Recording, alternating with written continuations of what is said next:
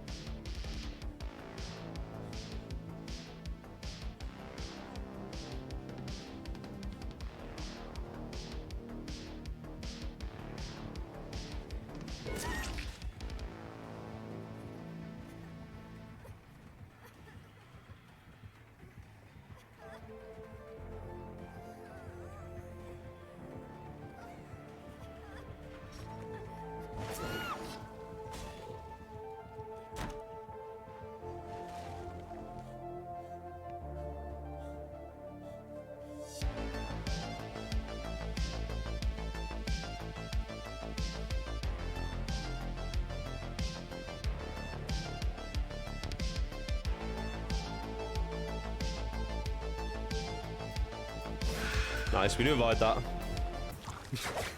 Sent her into a different dimension there for a sec.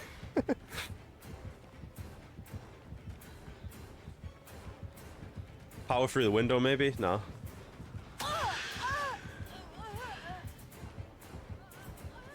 We're just gonna pre-throw this. And then if she does break it, we'll just move, yeah. Breaking that. Use our maid for this. Hopefully get away. I don't think we've got anything nearby, though, to be honest. I mean, we have the pallet over there. That's if we even make it. We will make it. Unless she goes for an M2.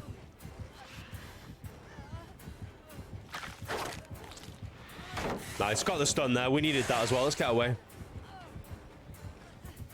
Once again, nothing here, though. This map's kind of empty, you know. Unless the pallets nearby have been used, maybe.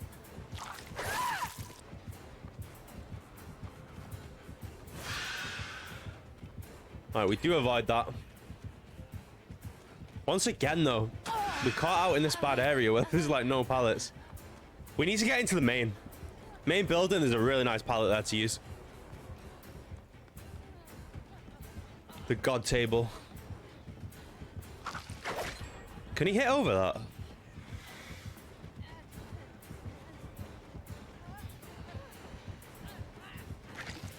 Nice, there we go. Time that dead hard, and then I run straight into a wall. Okay, I don't even think that guy knew there was a pallet there. To be honest, neither did I. But we'll take that. Not until I seen it with windows, anyway. Nice. Alright, 1 gen left. Not using adrenaline, though. We're going to play window here. Do make that. Gonna go for the vault. Yeah, vault. Pretty much dead. Once again, nothing here.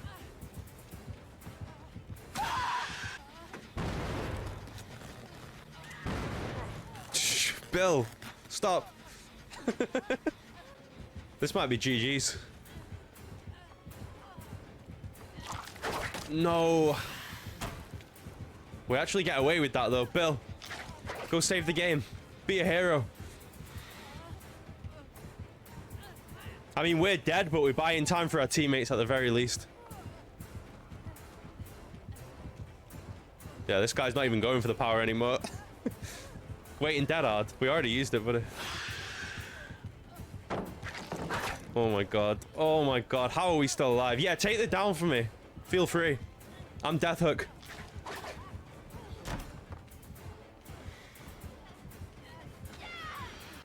Yeah, I think he's just set up camp, to be honest. Other gate's just here as well.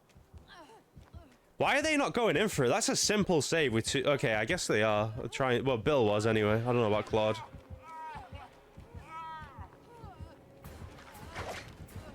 Yeah, we need to leave. I'm hoping Claude's there, but I somehow doubt it, to be honest. GG's though. Yeah, I have no idea what this girl was doing, but not getting the save. That's for sure. GG's. It seems like all of these are like right next to Jen's.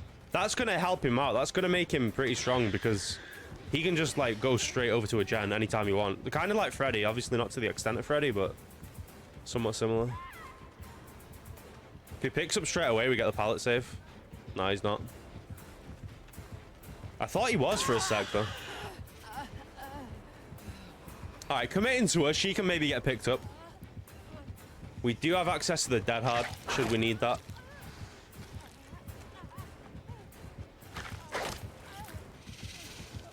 I don't think he can hit over stuff, you know. Nice, there we go. There's a dead hard.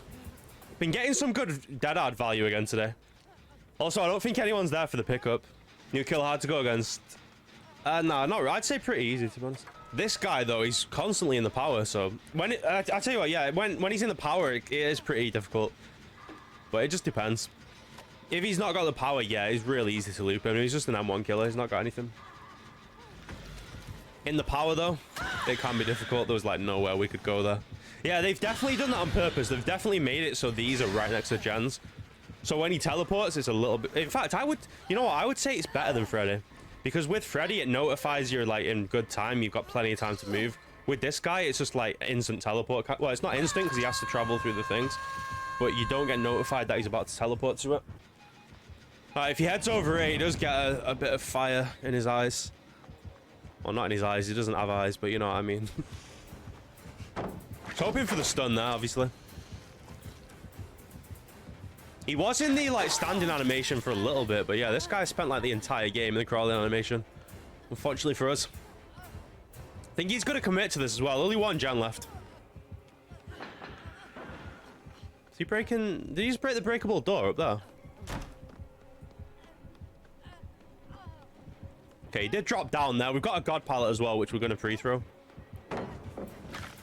That was actually really close. Nice. Last gen done as well. And then we've still got the god pallet down here, so if he does chase, then we should be somewhat safe. Yeah, he is.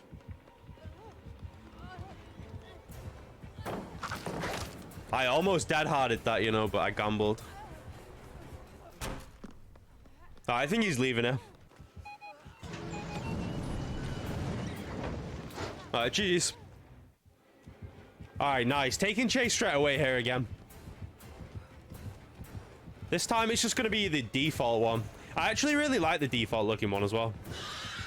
Early swing, get that down just about as well. I thought he might have gone too far, and I don't know why he swung there. I thought he might have gone too far and was able to body block it, but thankfully not. I thought he lost us for a sec, but no, he is back. Close.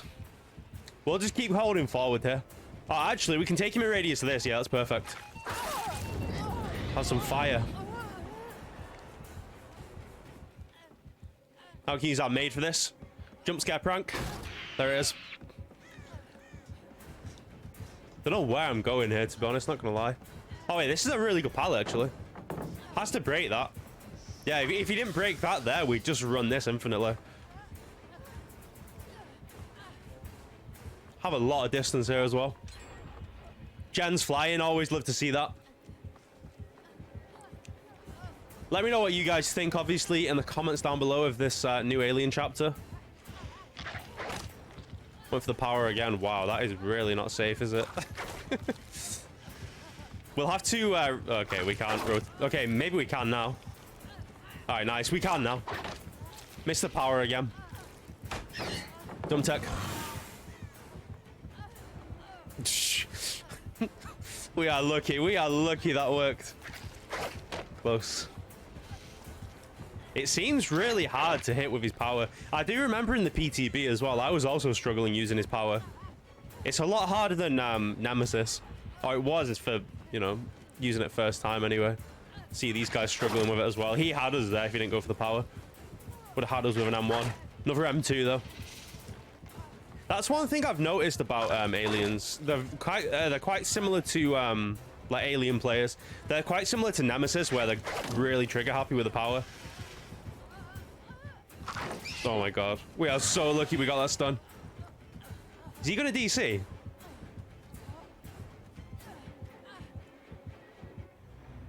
Oh my god. All right, GG's. You might have heard a little while ago about the legendary TikTok pink sauce. Now, this thing was absolutely everywhere. It spread like the plague, and it made the woman that made it, Chef P, loads and loads of money. Now, I did do a video a little while ago talking about it, and there was a lot of very weird things in that situation. Usually when you make some kind of like food product, something that's edible or drinkable, it needs to go through a lot of regulations. It didn't really look like the pink sauce went through any kind of regulations, and there was a chance that you could get some pretty nasty bacteria if you consumed it or didn't really store it properly. Now, just to give a comparison how viral the pink sauce was, hashtag pink sauce on TikTok got around 680 million views. Now, a lot of people bought the sauce, not for the flavor, not for any kind of medicinal or nutritional properties, because it was pink. It looked really cool and you had to get it. It's the same reason why kids on their iPad will watch like Spider-Man, Elsa, Shrek videos. They literally see bright colors and they pick on it. Look at Mr. Beast videos. Look at the kinds of thumbnails he uses. He has been edited and photoshopped so much of those thumbnails, he doesn't even look like a human anymore. I've actually been in a lot of group chats with people that try to like devise thumbnails and stuff, and the one thing they always go to is to make like the whites of your eye even more more whiter, so you look like some kind of like synthetic human. You don't even look real. Now, the pink sauce did eventually get FDA approval, which means absolutely nothing. I think I could literally sell a cockroach and the FDA would actually approve it to be eaten. Also, a little side note there, I actually found out that like insects have insane amounts of protein. I bought this packet of like grub worms or something from a souvenir shop once. They were all like pre-cooked and stuff, and the protein you get per gram, it beats chicken, it beats fish. If you want gains, eat insects, like pre-packaged insects. Don't just go out in your garden and start eating spiders or something. Now, after the FDA approved, probably just not even looking and just signing the paper like this, it was available in around 4,000 Walmarts, which is a massive success. Now, one thing people did start to point out originally was how each brand of sauce that came out, because there was only one flavor, one type, it was pink sauce, they would all appear to be in different colors. I'm not talking about the pink sauce would suddenly be blue or red. I'm talking about like different shades of pink. There wasn't really any kind of consistency there. And also some of the products were incredibly poorly packaged because this was a business that basically took off overnight. It's the equivalent of those TikToks you see at 3 in the morning of someone saying, I was down on my luck at school. I didn't really have a lot going for me. My parents didn't support me. And then I found out about drop shipping. And then they'll just show how they made like $50,000 in an hour or something. Now, the biggest concern around pink sauce is that it contained milk. And milk, if not packaged or preserved properly, could easily lead to botulism. I don't need to go into detail that that's very, very bad. And there were also some discrepancies, like there were ingredients in the product that actually weren't on the back of the label. Like, for example, mayonnaise, which is pretty important to include because some people are allergic to that. And then surprisingly, this is really going to surprise you, some people actually got food poisoning from the pink sauce and had to be hospitalized. I know, after everything I just went over, it's actually, I'm so shocked and surprised. And then others that actually bought it and they didn't get botulism, they basically just said that the product smelled and it appeared like completely rotten. And then, because of course everyone wanted to get views, some people pretended to eat the pink sauce and then die, later saying it was a social experiment to see how people would react. Oh boy, I really do love spreading misinformation on the internet. It even went so viral, right? You had like MatPat did a game theory on this, or like a food theory, or whatever like sub channel he has. But the worst thing is MatPat's writers actually did their research because they managed to like actually point out how it was poorly packaged and mislabeled with various ingredients that weren't even in the actual pink sauce. Now, obviously, I really don't have to go into detail how bad it is that MatPat actually made a video debasing absolutely everything about pink sauce. That truly is a dark day when MatPat is the one spitting facts. Now, originally, Chef P did actually respond to all of this in the worst way possible. This is like the second video in a row where I'm talking about terrible responses. I just talked about the tall night one, and now we're talking about pink sauce. So she claimed, very honestly, probably a bit too honestly, that she never actually weighed any of the pink sauce before packaging it and shipping it out. So any kind of discrepancies between each bottle, each color, each of the ingredients was apparently guesswork. I like to imagine she just grabs like anything from her cupboard. It's like, oh, that one's a bit too sweet, needs some vinegar. That one's a bit too sour, let's add some cherries in there. And then as well, when the FDA approved the pink sauce, she came out and said that it wasn't a medical product. Approved? What do you mean FDA approved? I don't sell medical products.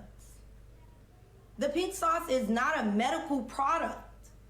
The pink sauce don't contribute to your health. I never said that. Did I?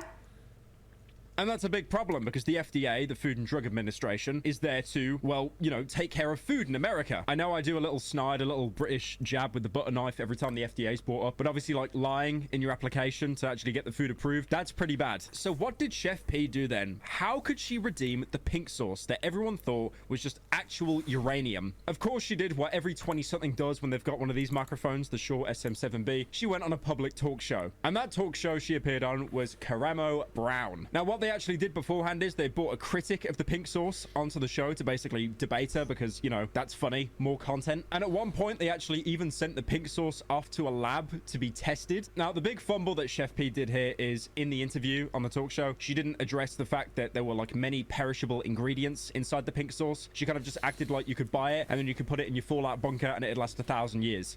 I see what you're doing, it's amazing and all. I'm a supporter, but I think you should look into this.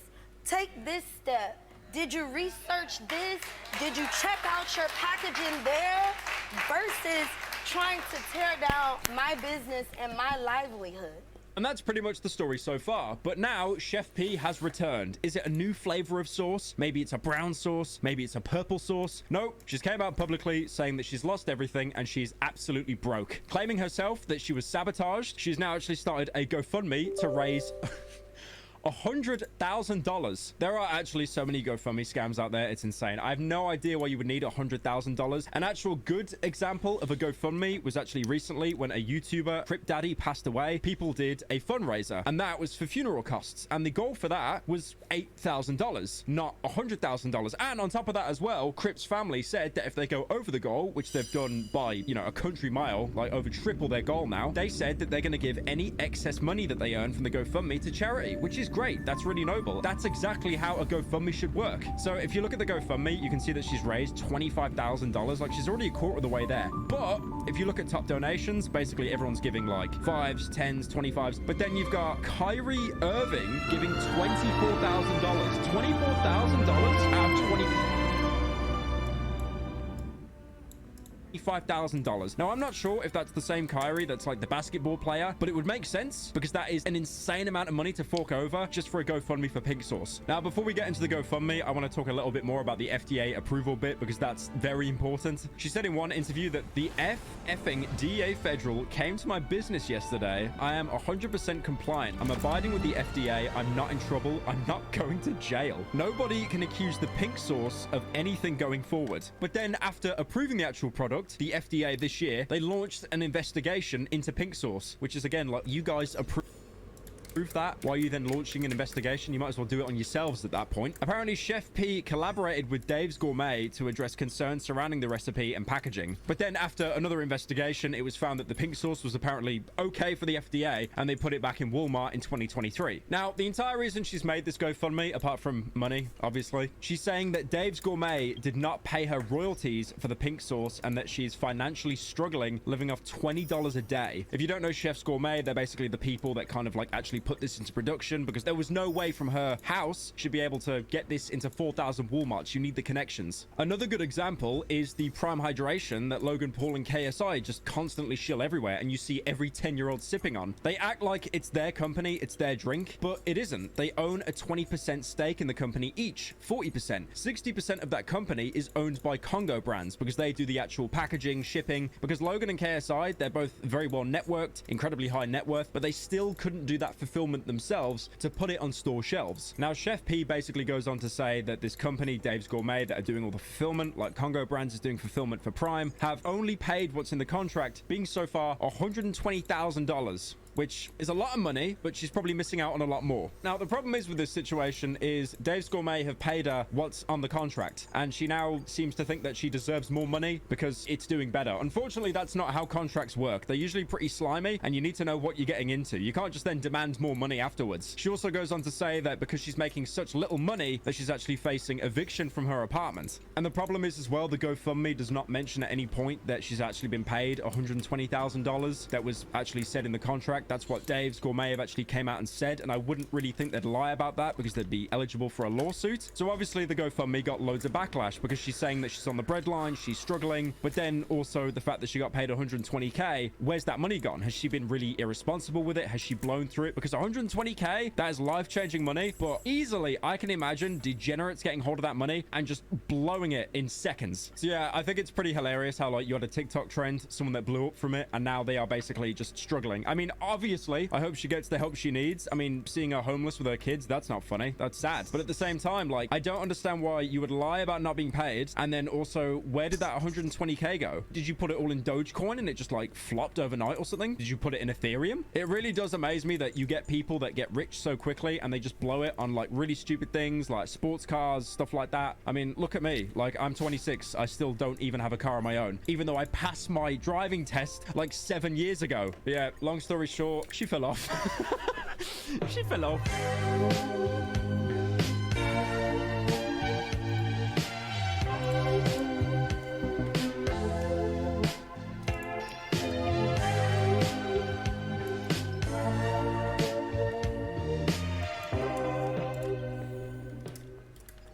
来なさい。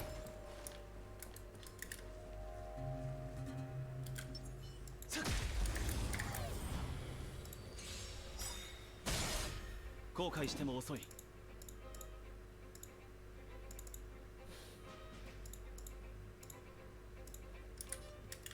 やった。この力が差をはる。落ち着いて。悪い子ね。おやすみ。立ちなさい。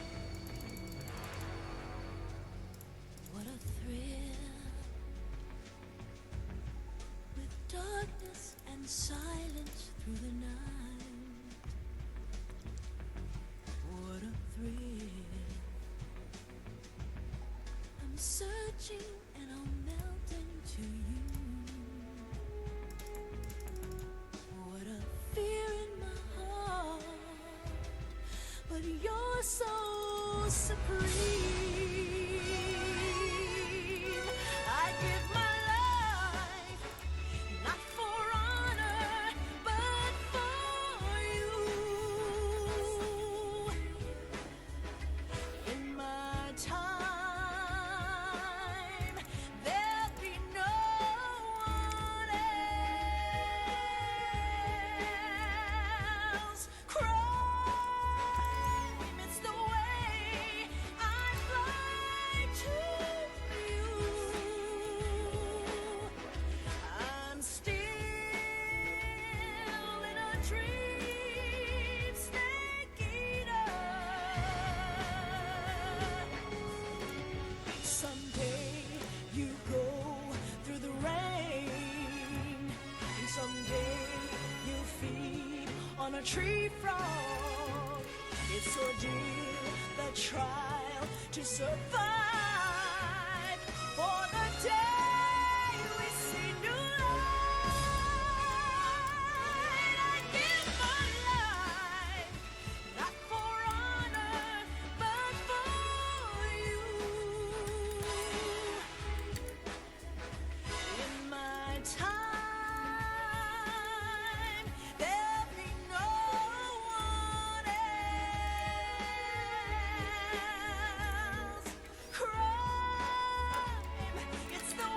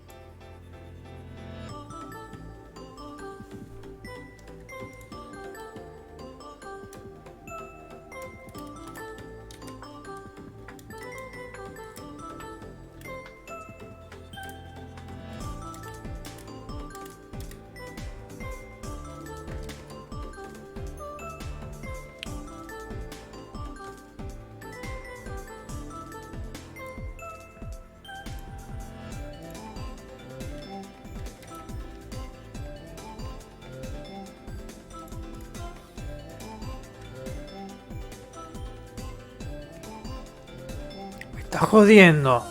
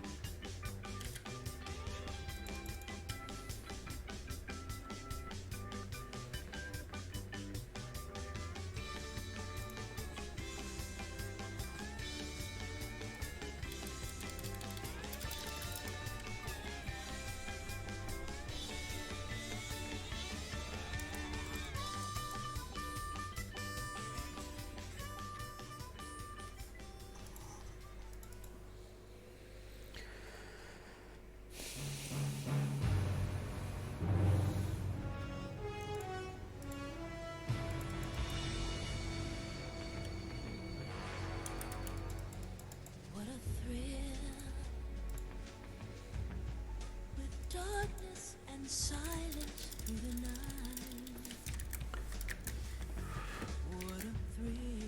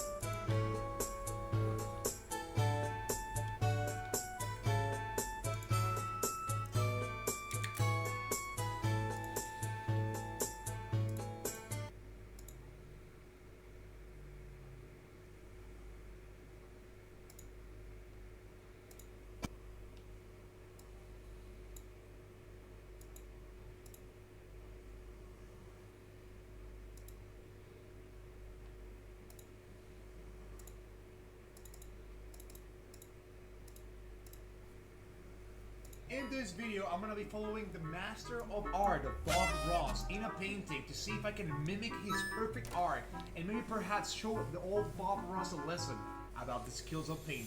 How does he do it? So, we got the palette from last time. Guys, it's dried. It's not gonna mix, it's dried. Alas, what should I have expected from some undeveloped monkey? But I shall watch you monkeying around for my amusement. Shut up, bro. So this time I learned my lesson, chatters. This time I learned my lesson and I got 3 brushes. I should probably get a glass of water to clean, correct? Richard, you stupid f***ing monkey. You better rotate your canvas so it lines up with Bob Ross's instructions. Also wash that disgustingly filthy palette. Otherwise all your colors are gonna be dyed black and ruin the painting. Okay, fuck it, we'll do this, we'll use this part. Hi, welcome back. Certainly glad to see you today. Tell you what, let's get right on today and have them run all the colors across the screen that you need to paint along with us at home. While they're doing that, as usual, let me show you what I have. Today I have my standard old pre-stretched double prime canvas, and I've just covered it with a very thin coat of liquid white. Fuck me, Bob Ross. How do I open this? It's locked. Then he says I have to, what? The whole thing white? Make fun of me, chatters. Make fun of me. Sure, laugh all you want. But at the end of the day, chatters, guess what? I'm a better human. You know why? Because I'm putting my skills to the test. While you're in your comfort of the chair doing nothing. Alright, let's continue with our tutorial. Let's see. Let's do a little winter scene, something that's, let's just see what happens. Let's start with black and blue, or blue and black. See, he said black and blue. Such a wonderful day here, and I hope it is wherever you're at. So just have a good time with this. It has some life, some action to it. Okay, so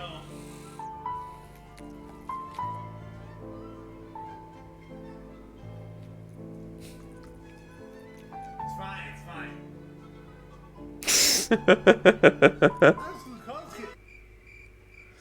Wait, why is we'll be fine.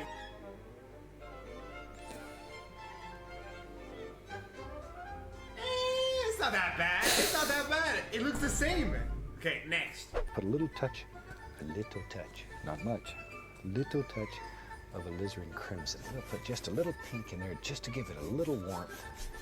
Okay, that's easy. That's easy. He said very little, right? He said very, very little. That's what he said. I see. Okay. Okay, maybe it's too much. Fuck. Whatever. Wait, no. Hold on. Nice lava pool you are painting here. I'm not. Shut up, bro.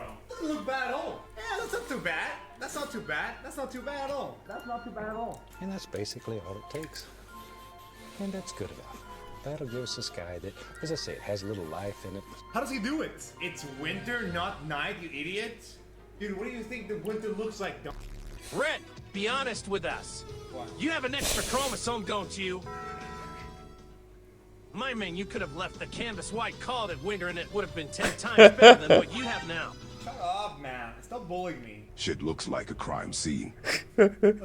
リルブローフォワットザファックイズザとブローイズノットクッキングフォーリアル Anything that we don't use, we'll just turn it into a shadow. If this is a winter scene, maybe we'll have some snow. If Bob Ross would see this, he would die a second time. May I remind you, chatters, that this was my past painting, huh? And this was a masterpiece. Oh, cool. Help me, I'm drowning. I'm sorry, Master Roshi, but Kai Kai is giving me a happy ending. マンゲームイズンと父指を Shut up, bro. It doesn't look that bad. It doesn't look that bad, right? I don't think it looks that bad. It looks pretty similar. Look. Huh? It looks similar. I mean, not the same, but similar. I fixed the color though. Look, I fixed it. And then we could do. Hold on. Huh? I told you guys, I have innate skills. Let's take black, Prussian blue, a little touch of crimson. Ooh, okay. Just take a little bit of white. He said black, blue, crimson, and white, right? There, maybe another little tree right there. And you decide how many trees live in your world. It's up to you. Totally and completely up to you. Okay, trees That's easy. I got this. Hey, that's not bad at all. Oh, dude. I mean, it doesn't look that bad. All right. Let's get her clean. Okay, what's next? Teach me, Bob Ross. After doing this dog shit mist that looks like garbage, tell me. Snow is one of the easier things to paint. Is it? I hope you can see. There's just a basic shape there. Guys, wish me the best.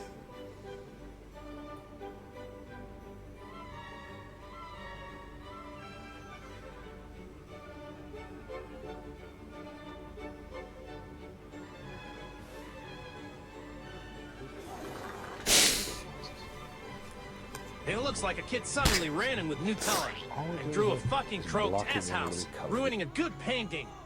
All right, and over here, that's really about all we're looking for to block it in.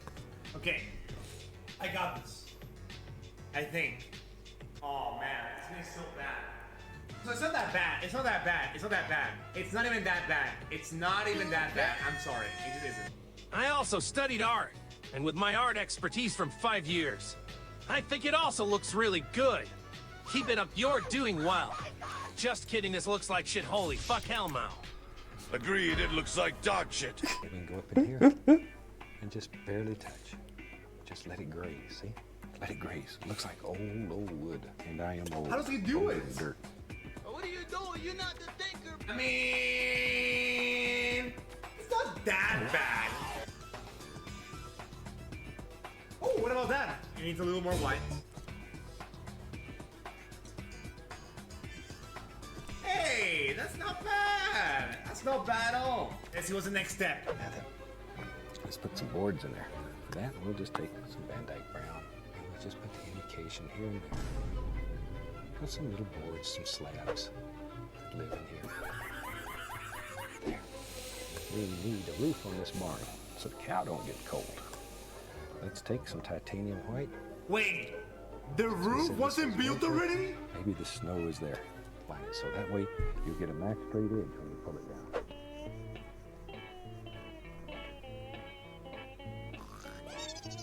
I mean, it doesn't look too bad though, no? I mean, it looks okay, I guess. Let's see, what's next? Decide where your door lives, and once again, don't worry about the bottom. We're gonna do a barnectomy, as I mentioned earlier. We are? Cut this rascal off wherever we want it to be.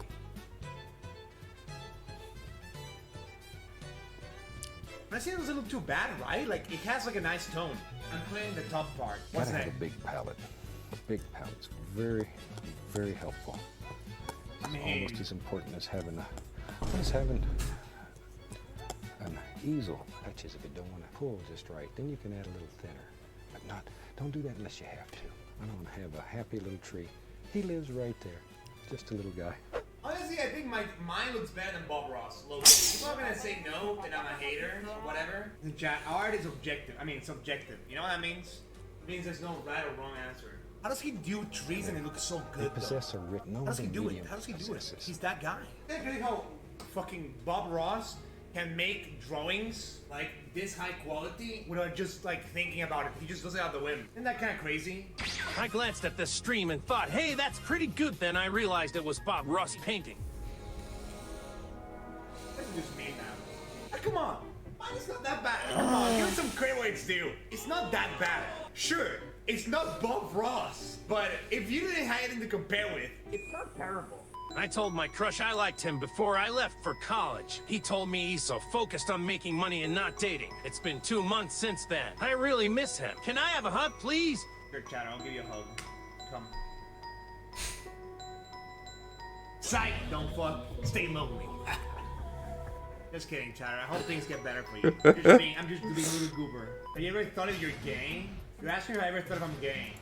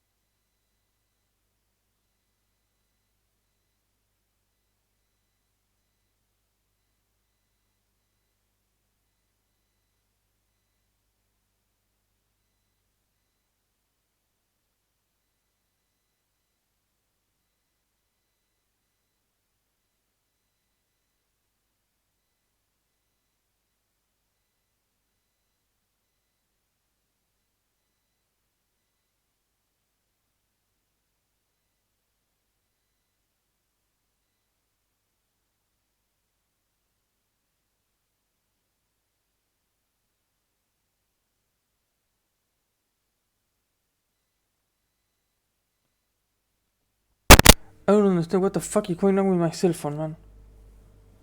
It's going to die or what?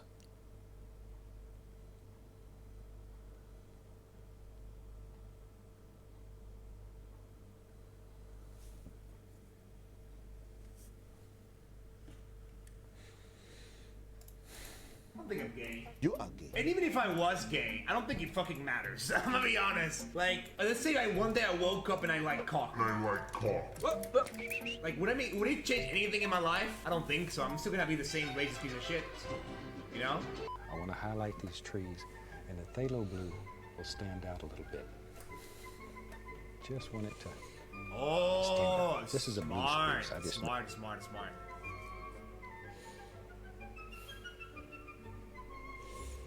If I had better instruments and stuff, it wouldn't be too bad. Ready for your bravery test? Okay, here it comes. There. Okay, I'm not doing that, but I'm sorry, Okay, Bob let's Ross. give him a friend. Let's give him a friend. Two Maybe. branches? Elms. It's too cold. Okay, that's for kind of the sick though. leaves on. Fuck. And off you go. Well, where though?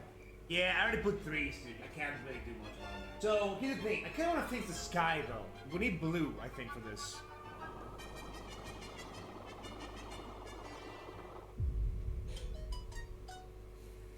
What do you guys think? From 1 out of 10, what do you think? Was it better than the sussing buster? Okay, oh, I need to sign it. I forgot about this. I gotta sign this. There we go. Just a reminder that I stream daily on twitch.tv/retro. The link will be in the description if you want. Go check it out. Anyways, peace.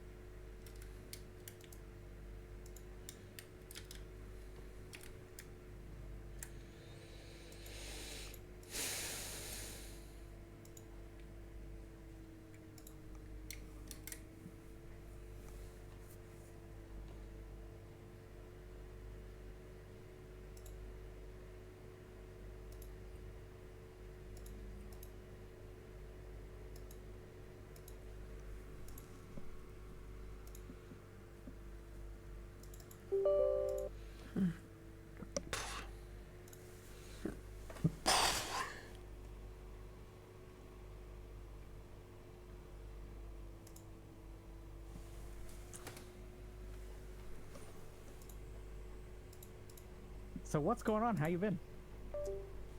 Oh, wait, hold on. I closed the monitor and I closed everything, so it's not false.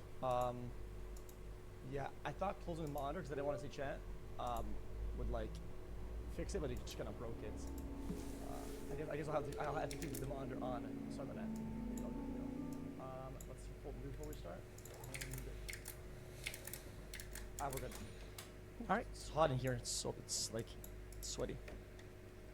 Oh yeah, you asked me how I've been. Yeah. Yeah, I've been pretty good actually. It's I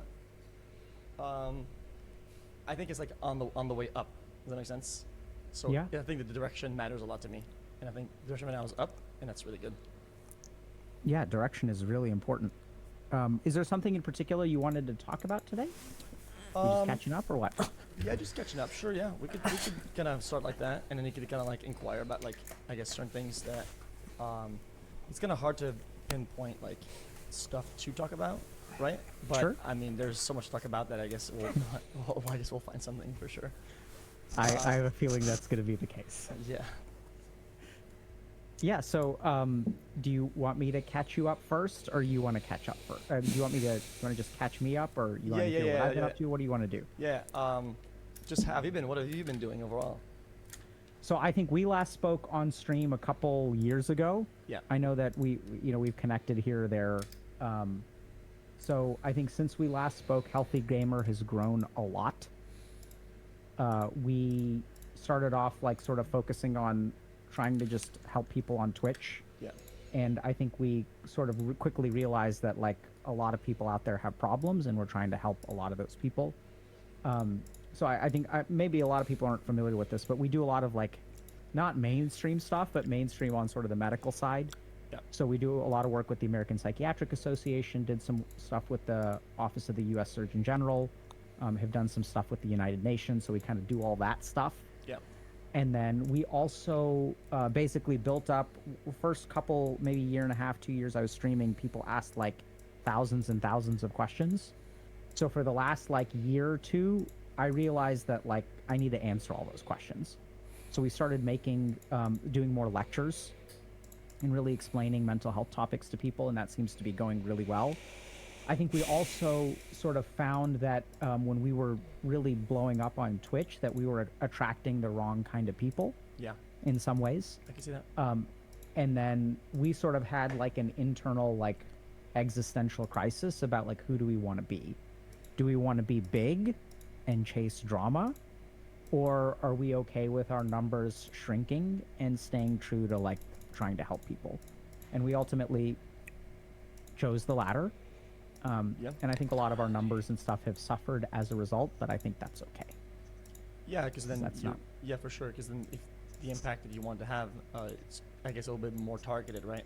So you're Right. achieving your goal. But yeah, I think the whole like drama audience or like more I guess controversial type thing, it's I guess it would make it harder to navigate with the chat and with the interaction, right? Because then it's cluttered with a lot of people that aren't there for the right reasons. I would assume, and then it makes it like a non-discussion in chat. That's what I would be afraid of anyway.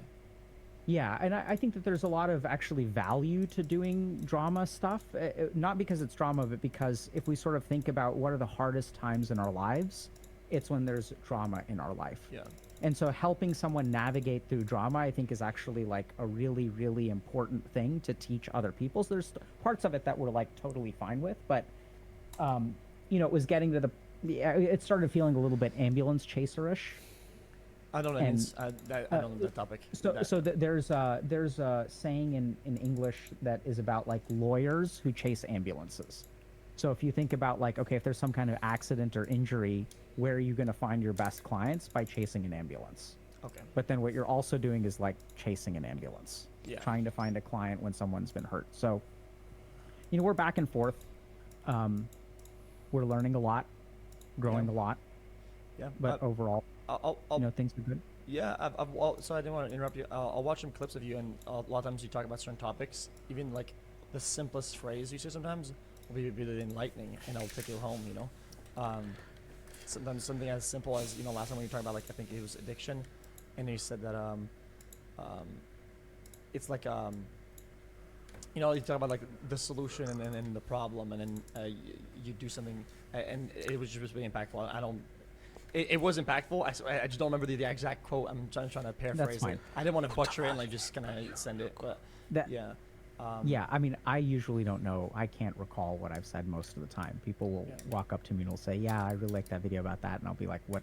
I don't remember." Oh yeah, it's like the things you do, like, and then that you're addicted to, and you see those things as like a solution, like when you gaming to escape or whatever, right? And that resonated a lot with me. Sometimes you say like really short phrases that impact a lot, and sometimes you'll hear somebody ramble like me for like an hour, and then you got nothing to take home. Yeah, so that probably means that we've got our shorts editors are doing a good job. Yeah. Props go to them. Yeah. Not my rambling. So how have you been over the last couple of years? It's been good. I think a lot of things have been rocky. I mean, everybody knows it's not like I rarely get like overwhelmed by a lot of things. I didn't want this to be just like a full-on negative, like just outpouring of just trauma dumping, if that makes sense. But more kind of like guidance on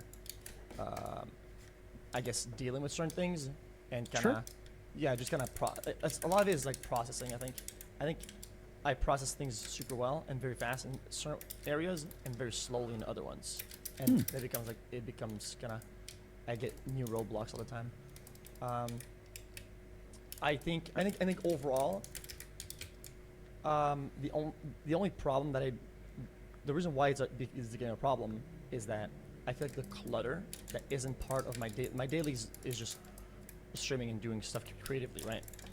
And a lot of the problems in the past have never been really a stop to that, and it just feels like recently, I'm just less creative. I'm just kind of like just trying to stay above water, trying to like stay alive, and just kind of breathing above water. Does that make sense? And I feel like it's not me. It's not who I am, you know. And it kind of sucks to like see myself that way, and just kind of almost like look at myself in the mirror and be like, this is not who I am. It's not what I do, whatever. And I don't know why it's still happening like that, you know. It annoys me a lot because it's never been like that, and I don't want to become something I don't want to become. Like, does that make sense? Yeah. Yeah. So can I just share what I heard you say? Yeah. So I think Felix, for a long time, it's been beautiful to see you thrive. Yeah. In this world of streaming, where I think you're a misfit in many other parts of the universe. Yeah, sometimes. But I think you're at home in a lot of ways. I think you've got a lot of really good creative energy. I think the way that you think, I think the way that you really speak your mind. I mean, I know you're really good at Overwatch and stuff in games, but I really like your commentary sometimes. And what I'm hearing is that you're not so much thriving so much as you are surviving. Yeah. And you know, it can be hard to live a life where you're just like surviving. Yeah. And it almost feels to me like you've lost a piece of yourself. And I hope this isn't judgmental, but frankly, dude, like I agree. Like when I saw you 2 or 3 days ago in person, and like I was worried about you. Yeah, I was worried about me. And I hadn't felt that. You know, I run into a lot of people at events and stuff, but like I was just really like, you know, and so I'd love to. We can absolutely learn about why creativity is hard, especially for streamers, mental clutter, because you need a certain amount of like mental space to be creative. Yeah. Or the other option is that if your creativity involves direct channeling of your internal negative experience, that works too. Yeah. So I think that's always been my main channel, if not my only. I think I'm only creative when it's like kind of like almost like a breakthrough, if that makes sense. If it's like a energy transfer, right? We're transferring like anger or whatever into whatever you're doing, and then sometimes you feel like you're like back against a wall, right? And instead of like fighting back what's in front, I'll just break whatever. I'll break the wall behind me, and then it will have like breakthroughs like creatively or whatever. I think a lot of it is that when, however bad or however the things I'm dealing with, however bad it could be, I process the bad of it by just having it out there like a diary, you know. Maybe I shouldn't do that as often, but I like to just kind of let people on about what's going on in my life, right? In a way, it feels like I'm letting go of it. If that makes sense.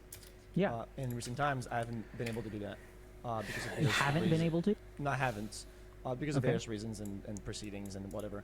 And it feels Because like I'm sorry, what? Oh, just limitations and court proceedings or whatever. I just can't. Okay. A lot Okay. of things I hold back. Okay. And it makes like a block, right? As I'm trying to be like creative and just kind of let it out and kind of have breakthroughs, and sometimes I feel like I can't, like that energy doesn't come out as naturally as it used to. Okay. Just because it's hard. I like I said, the way I process my problems by people knowing stuff. So now that I can't, I didn't know it would be like this, but it's like I'm fully blocked, right? Okay. And it feels like I can't channel all my stuff. And even if I do, it won't make sense to anybody. It doesn't make sense to me anyway. And that just leads me in directions that are just kind of stale. And that's really bad. I always said, like, if things are going to be stale, I'm just not going to do it. Right? People always said, oh, streaming and money and this and that. And it's a career. I always said, if I don't feel like it's fulfilling and I don't feel like it's good, I just won't do it. And I always said, like, if I'm going to quit one day, I'm just going to quit overnight and you're not going to see me again. Right? When it stops feeling like it. But that's not how I'm feeling right now. It feels like I can and I will, but it just feels like I'm currently blocked. Okay. What do you think it is that is... What makes it hard for you to access that creative energy?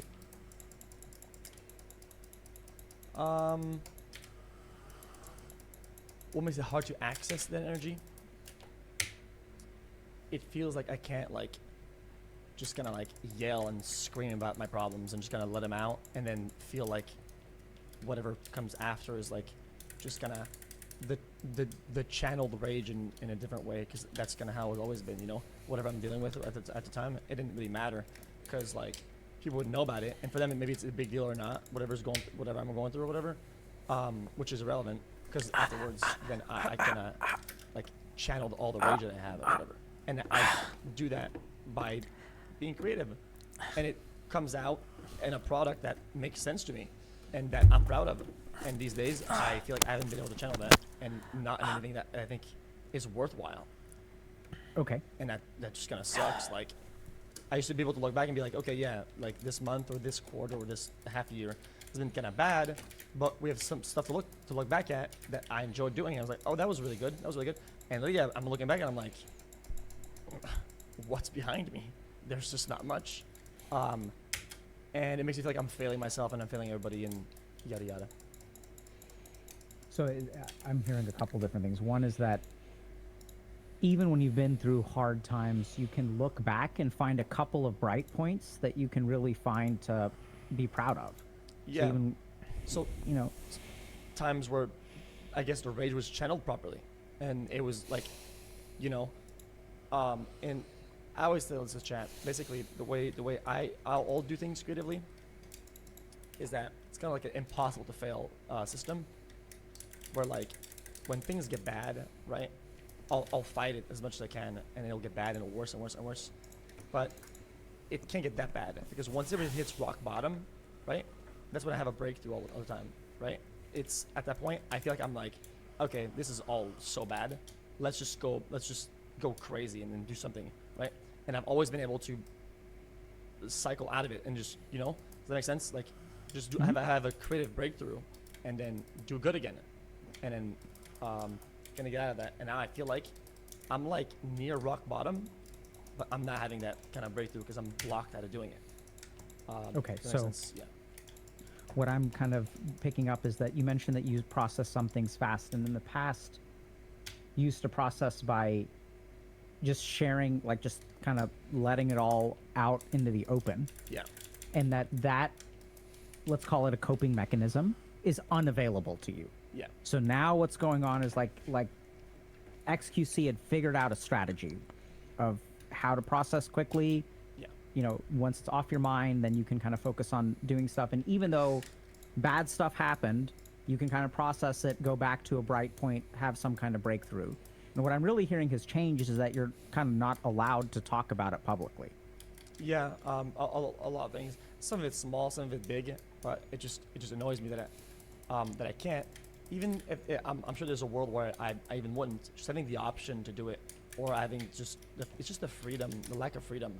Even though it's just one part nobody wants to hear about sometimes, that nobody, I guess, would care about it, right? Well, I care about it. And it's like really small blockades that go into bigger ones, right? Okay. And so yeah. Go ahead. No. Yeah, no. I just feel like I was on like the back foot, and it's just not like. It's not like getting better, and also it gives me like an excuse to do bad, or do worse, and I end up just falling to the rabbit hole of just you know, I fall for it. I go like, oh yeah, I'm dealing with stuff, so like, yeah, it's I can't do as good as I'm dealing with something that you guys don't know about, right? But in fact, these are just excuses. They really are. Like, in a lot of ways, like I fall into just excuses, and I have like, I can make myself feel better, but it doesn't mean that it is better. But just gonna like, now I have something to blame, and I don't like that. You know, does that make sense or not? Yeah, Felix, I'm hearing a lot of powerlessness. Yeah. That's kind of how it is, yeah. Like, I hear that you're not able to bounce back. I hear that you know, you're kind of beating yourself up for not being able to bounce back too. Yeah. Yep. I think there are some cycles that are like usually easy to kind of break out of, and now they're just a bit harder, right? And A bit harder. yeah, they're just I mean way harder. Yeah, it's like they're like unbreakable. If that makes sense. Yeah, it sounds like it, man. I think a problem is that it was just too much at once. Because out of anybody out there, I think I've dealt with things pretty decently well over the years. Like when things get hard or when I had problems, especially like Overwatch League days or whatever. Like I was back against a wall. I was like it was me on my own, whatever, and I still did pretty good. And I'm proud of all these things, right? And I can manage like to be thrown like a bunch of stuff at the same time, right? Like 5, 6, but now it's been like 25, you know? And it's like, you know when you drink alcohol, people say like the body will process like 1 drink an hour or something like that, right? Or like get it out. It feels like the tank is like so full, right? That it's like going down slowly, and it keeps more added on, and it's like, dude, like we'll never get to the bottom of this. Does that make sense? Yeah. It was too much at once. It was just, it's like my whole world was changing in too many ways for me to process any of it. 'Cause it's easy when you have a problem with your system, to understand like what's failing, how to replace it, how to move on, right? When it's like only one problem. When there's multiple components that are failing, you start wondering, what are the failing parts? You don't even know which ones are the failing parts, which ones are the good ones. And I start to blame myself at that point, you know, as maybe I'm the problem. And I can't get stuck in those cycles. Like, it was just too much at once. I think that's the way I'm gonna put it. Yeah. Well, I mean, Felix, the other thing I'm hearing is that, and by the way, do you want me to call you XQC or Felix? Felix is good. I'm also hearing that maybe for the first time in your life, you can't count on yourself. Yeah, that sucks. Yeah, that's a good way to put it. I think I've said that in the past, like, in last like months or weeks. I've said that. Yeah, I've said that. Yeah, I admitted that for the first time. I think to my stream last time. I think I said that. You know, I always put all of the chips in my favor or on my side, because when nobody's there, because oftentimes for most people, nobody will be there for them. Not family, friends, whatever. They will be literally by themselves. And when there's a problem, there's something when something happens, well, the only person that's left is them, right? And you want yourself to be in your own corner. And I've admitted that, like, at times, not only was I not in my corner, I was against myself, right? And like, normally I have like self-destructive tendencies that help, right? They're kind of helpful because something good comes out of it, right? Like a breakthrough. And then I felt like I was just literally against myself at that point. And I was like, I'm not even in my own corner. So like, why am I looking elsewhere at other people? It doesn't matter who helps me at that point. Like, I will fail myself regardless. And I think getting out of that, I'm doing better with that, but getting out of that was like pretty hard, you know? How are you doing better with that? Standing up for myself, I think.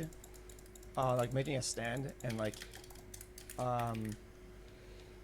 transitioning to being like a better overall like adult, like doing all the tasks that I had to do, and just kind of being just proud to be like at least a somehow functioning adult, that I can fly by myself, I can kind of live by myself, through all the problems and whatever.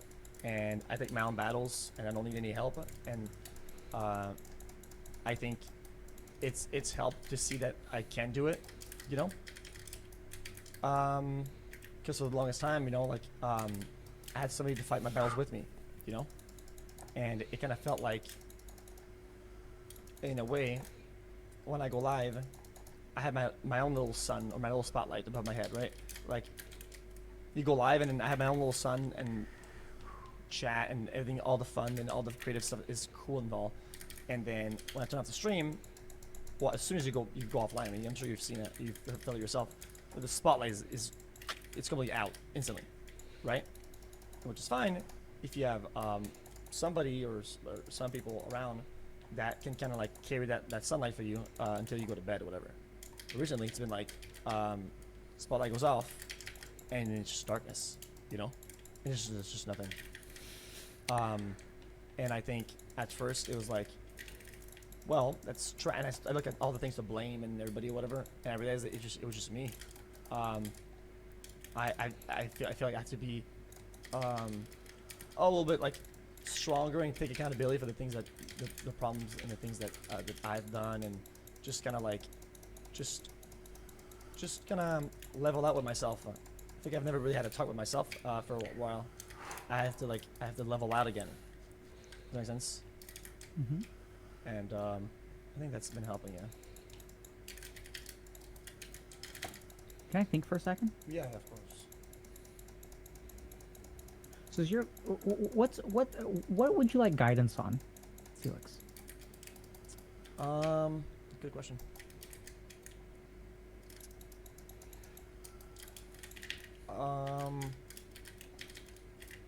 Maybe like finding ways to find what I actually want, and kind of like who I am. I think it's not like an identity crisis, but like what I mean, kind of in the end, like what matters. Because I think in a lot of ways, I think a lot of things that most people would think do matter for them was kind of like taken away from me, if that makes sense. Yeah, I'll take some accountability here and there for the mistakes that I've done, and the things that I've lost or taken away from myself. But I think a lot of things that people do care about, like life goals, whatever, we're just gonna strip, and it kind of makes you kind of want to give up a little bit, like on like not wanting those things again, right? Like building a home, building a relationship, shit like that. And it kind of, I thought that was kind of a good thing at one point. It's kind of easier to just say fuck it, yeah, fuck all that, like, because it was all at once almost, and it was like, okay, well, fuck all that then, and let's go back to just focusing on streaming and just doing this. But yeah. So Felix, I know this may sound weird, but I really don't know much of what you're talking about. So if you're assuming that I know, so I don't. Oh yeah, I'm speaking in sometimes. Yeah. I actually don't look at drama. Like, I know that when there's drama, like, people will fucking talk about it and react, and like, you know, people will post and Twitter and all that stuff. I actually don't look at any of that. Yeah. So I mean, even just given how the size of you and your life, I mean, some of that stuff bled through, and I don't want to ask you anything that will interfere with whatever court, but I'd love to hear what you can share about just big picture, like what are we talking about here? I think big picture overall is that one of the earlier problems was like I was cared about at least building some form of like stability at one point, or like foundation, and for me that was like a home, you know, like, and I had this kind of like dream of like building a home at one point, and I was like, I want to feel at home, you know, and I kind of chased that for a while, and then I kind of like, I bought this house, and then started furnishing it, and then people look back at that era of that house. I was like the golden era of my stream, because I felt home, and I think after a little bit of time that I lived there, I had to leave it. There was too many problems over there. It was dangerous for me to live there and whatnot. I left it behind, and then I tried again and again, like 2 more times to just do it again, and there was always something that will like take it away from me, just because of I think the nature of what we do and stream, whatever. The actual nature of it and what it comes with or whatever made it so that I guess I temporarily can't have that. You can have a house or houses, I guess. Having a home, having a home is different than having a house. What's the difference between a house and a home? It's kind of complicated a little bit. The way that I can describe a home as easy as I can is if I'm not feeling good, right, and I can close my eyes and where's home? And if I picture home, I'm in my home, and I feel comfortable now. I feel good, right? And that was like when I was younger, that was like my mom's house, and then I moved out, and then it was my other house. Like, okay, that's home where things feel like I'll be taken care of, or I'll take care of myself over there, or whatever, right? But now it just kind of feels like, yeah, I haven't had that. Like, I close my eyes and I see, oh, where's a place that feels comfortable, and I just don't see it, which sucks. Yeah, I'm hearing that you don't feel safe anywhere. Yeah. That there's no place that you can count on to be safe. Yeah. That takes time. That takes time and commitment, but it just felt like it was kind of like pulled from under my feet. So many times, like it kind of felt like, okay, well, dude, fuck all that. Like, let's just stop trying. It's so much energy and so much resources like into doing it that like it's not like it happens once and then you give up and you're just kind of like bitching out of it, right? It's so often. It's like, okay, let's focus on other things. Let's try other shit for a little bit. Because it's just clearly not working. And then just like, I feel overall like friends and acquaintances was like, just kind of a lot of fallouts and a lot of, I felt anyway, like a lot of like betrayals. I don't want to be like out here like screaming wolf or whatever. Like I'm tough to deal with, and I don't like water my plants, if that makes sense when it comes to friendships. But sometimes I kind of felt like a little bit like, betrayed for kind of no reason, and then so like friends can I do have better friends now, but kind of like that was out of the way. Then I don't have that. Then problems with like I had problems with family at one point, which ended up being problems with my relation, and then it was like relation, family, home, friends, and at one was like, shit, what's left? Like what actually is left? What do people care about in life that makes them fulfilled? That isn't any of those things, you know, and having it all at once. So then, at one point, you just kind of like lacking direction. Can I think for a second? Yeah.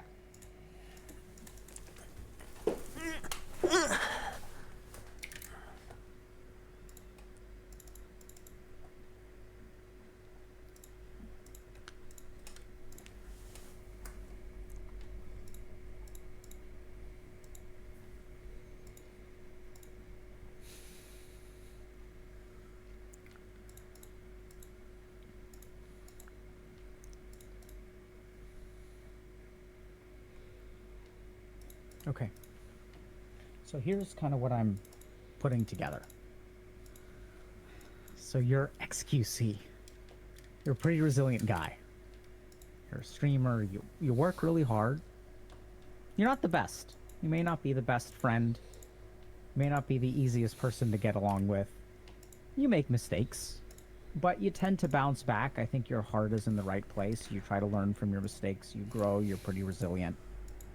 And that really, like, at one point, a lot of pillars that support you, a lot of pillars that allow you to process fast and bounce back and take that negativity and turn it into creativity, started to fall away. So the simplest thing is that, like, I can't imagine from a physiologic perspective what this is like, but to, like, be deprived of your home again and again and again, which is something that I don't think a lot of people like really appreciate. And it's not good to compare, but I think that sometimes, like, you know, we hear about people who lose their homes. Yeah.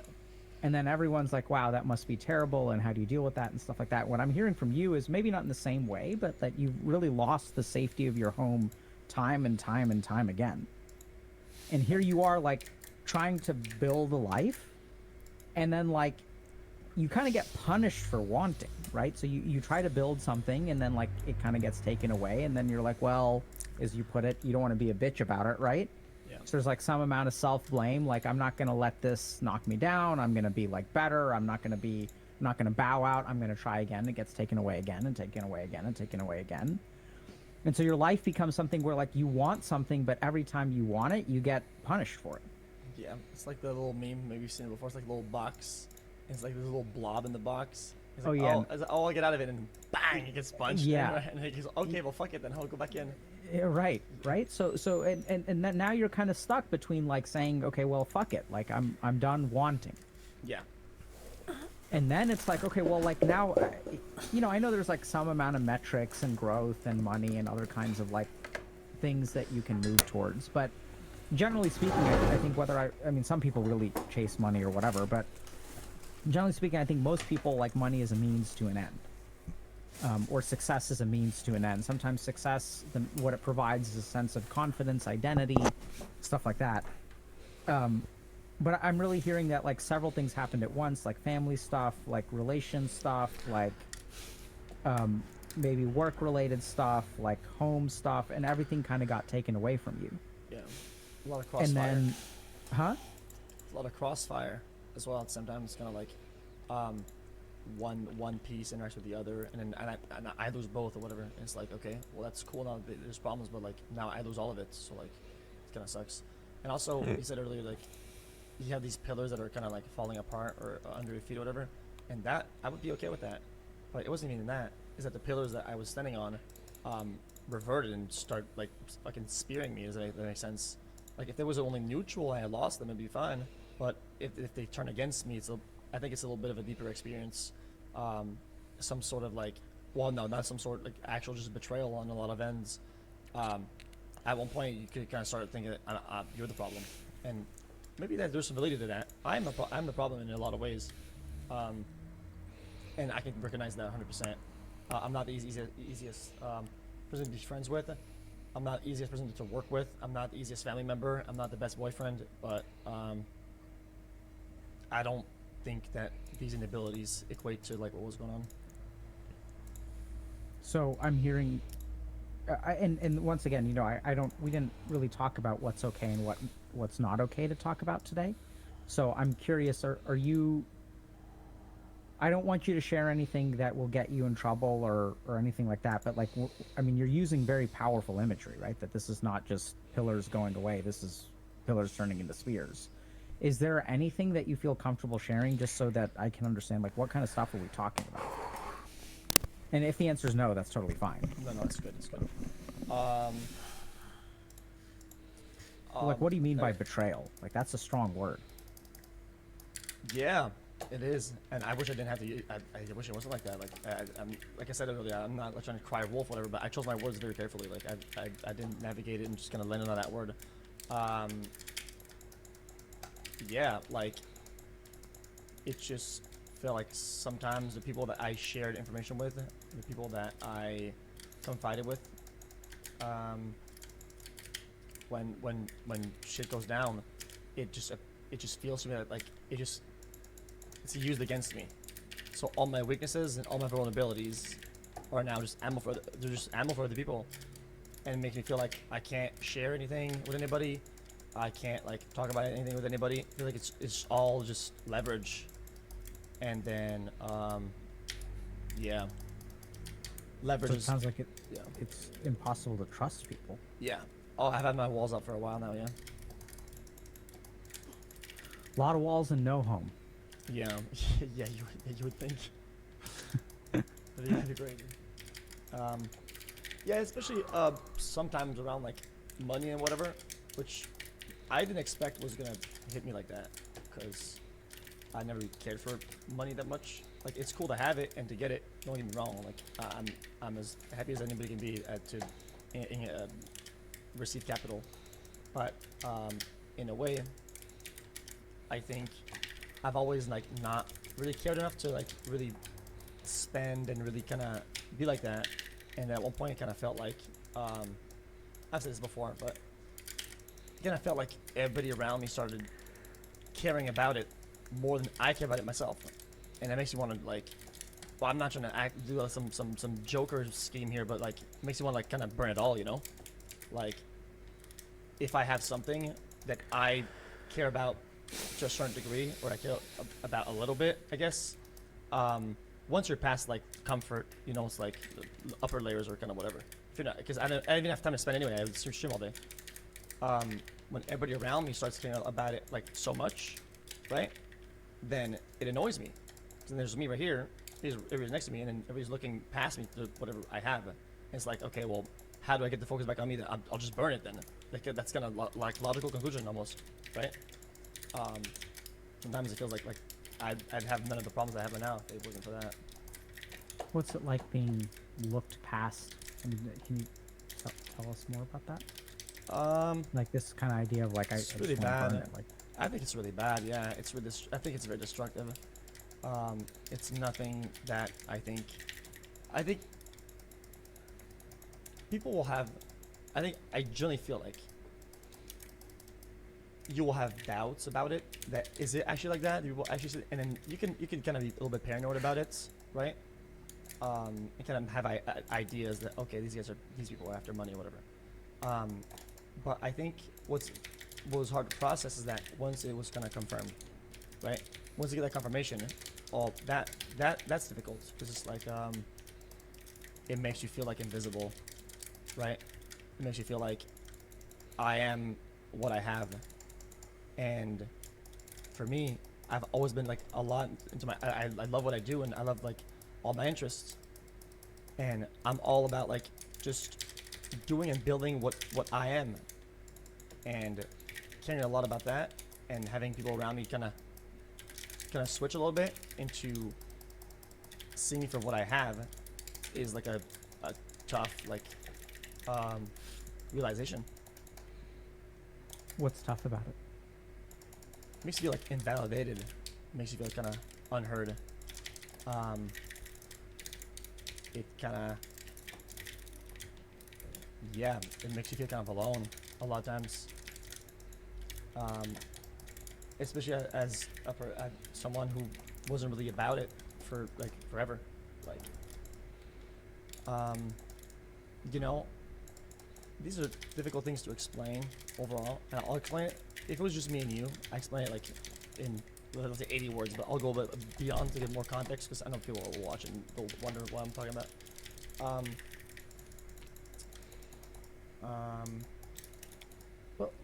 Go ahead.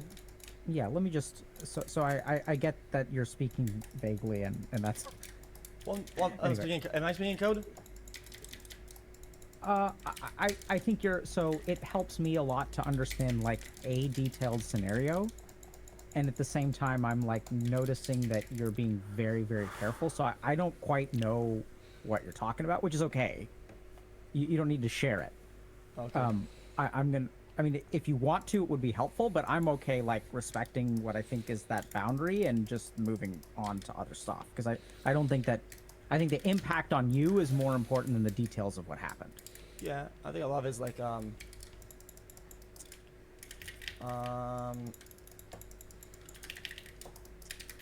I've said it in the past, and one of the moments, I think one of the key moments that really hurt me the most, and kind of gave me that kind of realization, is that whether I was kind of right or wrong, or whether I was being kind of paranoid or not, I've said in the past, like, I didn't really feel good about like how I was feeling and my health overall. Not for things nobody knows about any of this. People, I don't want people to speculate. I just didn't feel right, and then I was writing my will with my mom and whatever, and then the person I was with, I was kind of like, I was like, yeah, I don't feel really good and whatever. And then if I die, if I check out, like I want people to get stuff, and that person was not on the will. And then it was like, at a moment where I'm like really vulnerable, at my kind of lowest, like it's kind of like oh wow, like I'm so scared that I'm writing a will down, hearing them just say like, okay, then if that happens, then what do I get? It's kind of like, wow, shit, that's tough, you know, because it makes you feel like even if you were to fucking check out, like you would still be what you have, you know. And I think that was like really impactful. That's kind of where things kind of fell apart. Thank you for sharing that. I think that adds a lot of, I mean, that helped me like really, like holy shit, man. Yeah, that's tough. Like I don't even know how old you are, but you ain't old. Yeah. And here you are, you know, making your will, and like, instead of someone wondering like, hey, like why are you doing this? What's wrong? Like, how can I help? Like, what the fuck, man? Mm-hmm. They're like, what do I get? Yeah, exactly. Yeah. And I'm not like kind of paraphrasing. That's exactly how it was. Like almost like 1-to-1. And after that, it kind of I don't know, things kind of start changing a little bit, and then it just kind of, it was like more recurring all the time, a bunch of times, and it's like I don't know what it's called, the psychological thing where like once you see it once, you know it exists, and you see it more often. Confirmation bias. Yeah. Then it's like, then I kind of see it more often in the patterns a little bit. Not that I was paranoid. I'm not like going full schizo about it, but well, I mean, I think it's reasonable. So Yeah. I see this a lot with people who are young and successful, and I worked with someone who started a company very young and then like sold it at the age of like 26 or something like that, and then they were, people started treating them differently. And you mentioned in sometimes that you do contribute to the problems. In what way do you think you contribute to some of the problems that you have? 'Cause I would like let these people like get away with it. If that makes sense. Like I kind of like I didn't want to believe that was the world that I was gonna be living in, and then I kind of let it happen. Kind of let the waves wash over me. If that makes sense. I was just kind of like, there's no way it's kind of like that, and I was kind of in complete denial for the longest time. It took me a while to really get that. Even sometimes you can have it as boldly as it can be in front of you, right? And as easy and right there, you still won't really believe it or something, So, if I were to ask, let's say, some of your friends who betrayed you or whatever, do you have a sense of what they would say about how you contribute to problems in relationships? I doubt they would say you were in denial for having too much faith in them. No. Yeah, no. I think even though I care a lot, I hyper focus on things, and a lot of times I neglect people. I don't give them the time of day. I don't give them time and acknowledgement. And like I said earlier, I don't water my plants, and that was a big problem with my relationships as well. Romantically, is that I was a bad boyfriend. I was cold and withdrawn and rarely there. And when I'm there, I'm just kind of like, my head is like cooked almost, so I'm like kind of just being there, especially with friends or whatever. And that contributes to problems 100%, because then make people have ideas about what you think or feel about them, and they probably think that you're like almost against them or something like that, right? So in a way, I was always kind of passively not doing good to anybody, and I would expect the same type of thing in return, right? Except instead, when it was more like betrayal, then it feels like it's more willingful hostility. It's more deliberate than just being passively not responding to somebody or ghosting them or whatever, right? I think it's a different level of intensity that kind of raises the bar. And I get it. Some people will snap if they're like starved, but I didn't know it'd get that bad. And I blame myself for a little bit of it. Not all of it. I'm not gonna like full fold on it, but yeah. So that's useful to know. So I'm kind of hearing that, and it's interesting. You use this word cooked. I think it's a great. Oftentimes when I'm done streaming, like I just don't have anything left in the tank, and I have to like go and recuperate, Yeah. and so I'm kind of around, and even to a certain degree, like almost like leeching off of the people around me. Yeah. Because I just don't have anything left, like to give and participate. But I don't want to be by myself, and I'm getting something from that, so it can feel very one-sided. Yeah.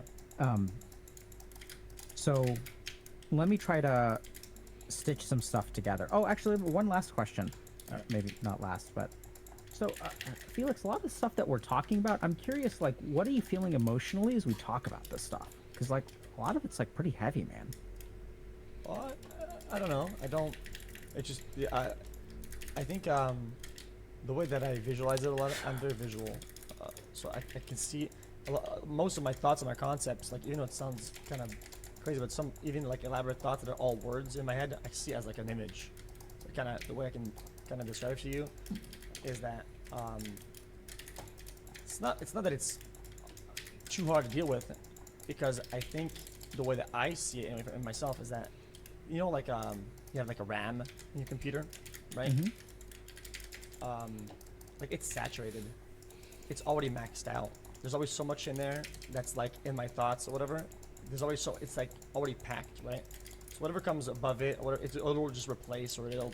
But like I think at one point it comes to like a maximum amount of things you can care about, right? If you have like 16 problems and you think about you sitting right now, you think about them, shit, you have to really remind yourself of these problems because you almost forget about them. There's so many of them, and when these things happen all at the same time, yeah, it's heavy. But at the same time, I could just kind of bury it and just kind of go live and just fucking send it, you know? And then it's like, it all becomes kind of, right? And the biggest problem with that is that I'll process them kind of passively by just doing stuff, but with just the recent stuff and whatever I have to deal with it. For the first time in my career, if you want to say a career, I have my phone upside up, like whatever, with the, like, there are some things I have to kind of be receptive of, and if I get communicated stuff, I need to like answer like kind of like now, right? So I can't like escape it entirely. I can never like just say, okay, I'm closing Discord, I'm closing Twitter, I'm closing all my text messages, and put it on snooze, and I'm gonna go live for like the whole day. I have to like constantly just kind of check up on it, and that's been like the big roadblock, is like just feeling like something is gonna happen, somebody's gonna say something, somebody's gonna do whatever, and just kind of being in that cycle of like reminder that the problems are there. I can't even escape them. Okay. So one more question. So you mentioned that sometimes you kind of air this stuff out on stream and stuff, and it helps you process. Have you tried airing it out privately? Yeah, a lot of people know about a lot of stuff I go through. Yeah, and it doesn't help. It doesn't. It just doesn't, like, just flat out. It doesn't, and sometimes even the solution don't give me any peace. Like sometimes the resolutions of these things, like it's almost like you're kind of chasing it down. It's like you finally get it. It's like, okay, well, that doesn't get any better. Okay. Right. So I'm hearing that that's not helpful. Have you tried with a professional?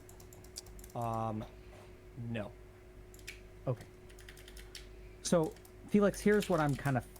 Do you want me to ask you more questions? Are you enjoying talking about this, or do you want answers? Yeah. Oh yeah, for sure, 100%. Yeah, no, you're all good. Yeah. No, but what do you want? I like questions. I think talking about it now, I kind of reprocess it, if that makes sense. I kind of just hearing myself talk, right? These are some things that I haven't thought about in a while. It's kind of helpful to just hear myself talk about it.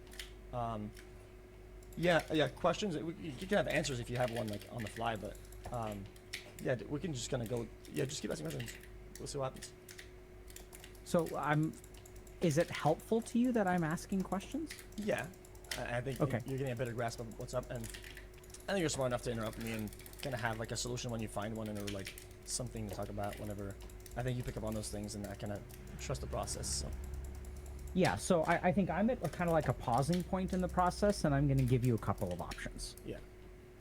So the first is that, like, speaking in the vague ways that you are, and I'm not saying that as a criticism. I know that you've got good reasons for it. Yeah. So if let's like understand something about processing. So saying the words that need to be said is like really important. So whether that's going to the grave of one of your parents who is sexually abusive and like yelling at them and telling them that they're fuckers and you hate them, that's different from vaguely telling someone that, like, you know, my parents did some bad stuff and I'm mad at them. Like you have to speak your truth. Yeah. So this is where, like, I can continue asking questions, and I think I'm going to get vague answers, but I felt more goodness hearing about this story about your will than like anything else that you've said. Yeah. And by goodness, I don't mean that it was good. I mean that feels to me like progress in some way. Yeah. So that's the second thing is that I think I've got like two types of solutions that we can talk through. One is like okay, like how can you as a streamer understand physiologically, neuroscientifically, psychologically, like what's going on?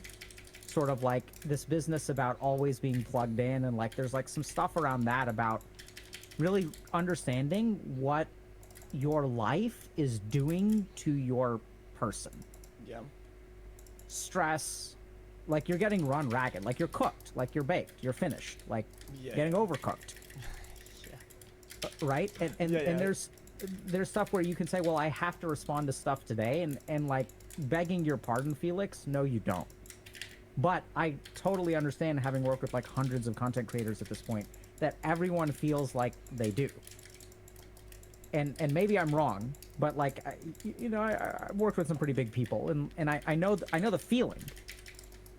Yeah. But there's some amount of like wrestling with yourself. And the second thing, and this is kind of where my heart is like this big question of like, what do you want, and who are you, and how do you live life? Like, what do you look for when the things that, when your supports start falling apart or betraying you or whatever, like how do you as like a human being in this world figure out what your compass is?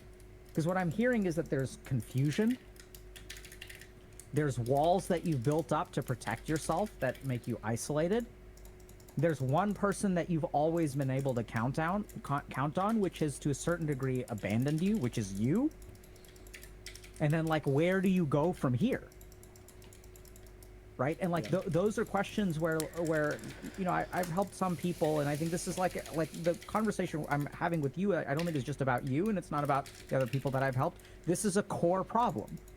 A lot of people in life counted on other people, got burned by it, and even in the past, when you get burned by people that you count on, you can count on yourself. Yeah. But at some point, even this cracks. And then we don't know what the fuck to count on. We don't even know what we're supposed to be doing. Here you are making all this money, and what happens? The more money you make, the more invisible you become. Yeah. So now it's like, well, what the fuck am I supposed to do?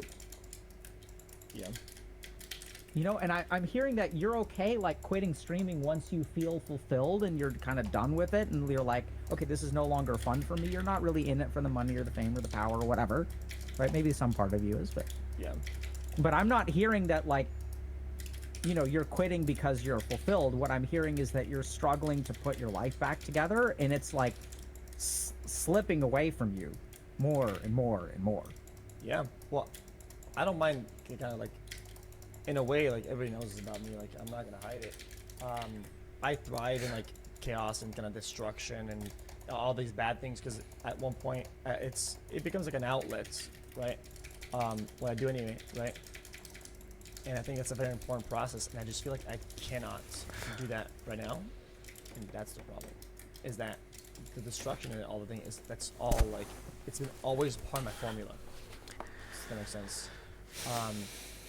Yeah, I do like self-destruction, like self-sabotage or whatever in certain ways, and most people think of these things as like really bad and kind of worrisome. They're like strong words, but at the same time, they're part of my process. They're part of my formula, and it works for me, and I like it. And yeah, I'll always say, oh yeah, there was drama, but if I didn't like it, I wouldn't be in it. A lot of times, like I stay close to the fire, right?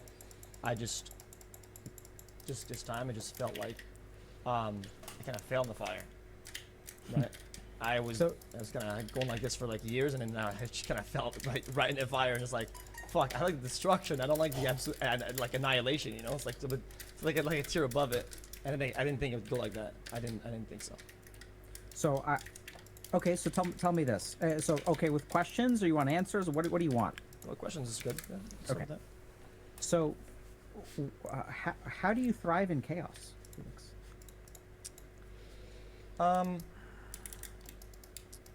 This is an analogy that I use sometimes. It's the scratched phone analogy. You get a new phone, right? And you're really careful not to scratch it, right? Oh my god, I can't scratch it. And then once you scratch it, you get really mad at it, right? So you could apply this analogy to anything, like your room or your head or whatever. And then once I get one scratch on it, then it's all out. I don't care anymore. And then it's like I'll get 1,000 scratches on it, right? Because it's damaged. And I cannot be, I'm not a very good adult enough to maintain intact or like overall intact things, right? And it feels like it's easier to thrive when it's all just all out. Like if I'm gonna have a little bit of trash on the ground, I might as well have the whole room full of it. If it's gonna be a little bit broken, it's gonna be completely busted, you know? And that's kind of like, it became kind of my world and my environment. And anytime I rented like a nice house or something nice, or I get something cool, or whatever, I hate it because it's not my world I thrive in. I like the, yeah, like way back when I used to stream in like a garage and in a basement, and it's like full of trash, and it's like, shit, this is kind of hard, you know? It's easy because it's all, I don't feel like I have the responsibility to maintain it and whatever, and that's just always been my world, and that's what makes me thrive. Yeah, it's that's the chaos of it. Can I think for a second? Yeah, of course. It's beautiful, by the way. Thank you.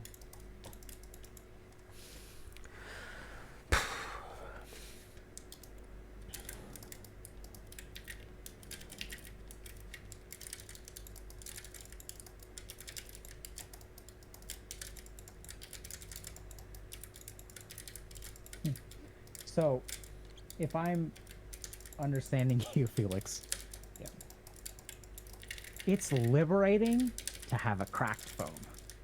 Oh yeah. Oh fuck yeah.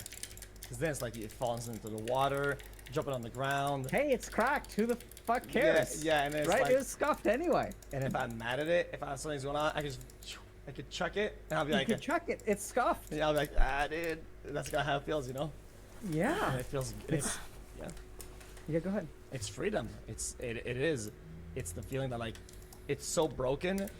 It might get a little bit more broken, but it's not the difference between it being intact and a little bit scratched. It's like, it's a level of like, of bad that is controlled. It'll get bad to a little bit worse, and that's like so.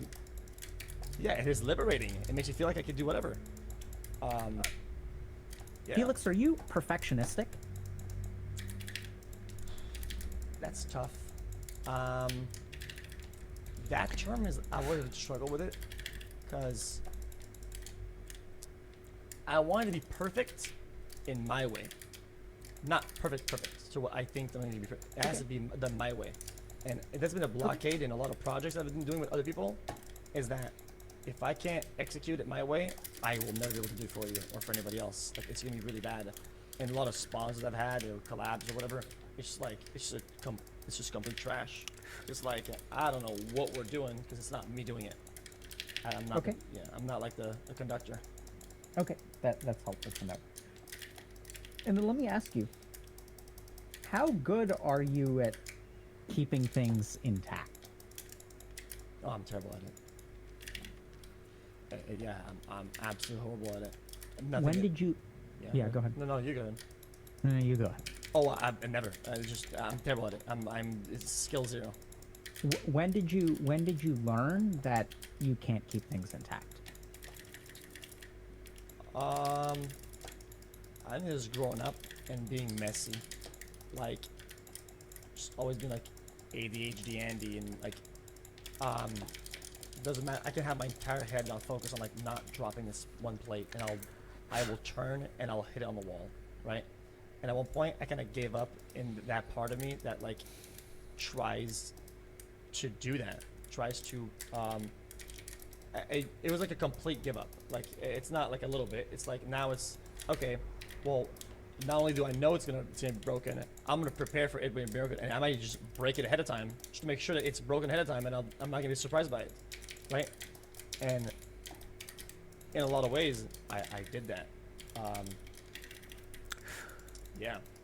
And yeah, because here's what I was just kind of thinking there for a second. I'm thinking about what kind of person feels liberation from cracking their phone.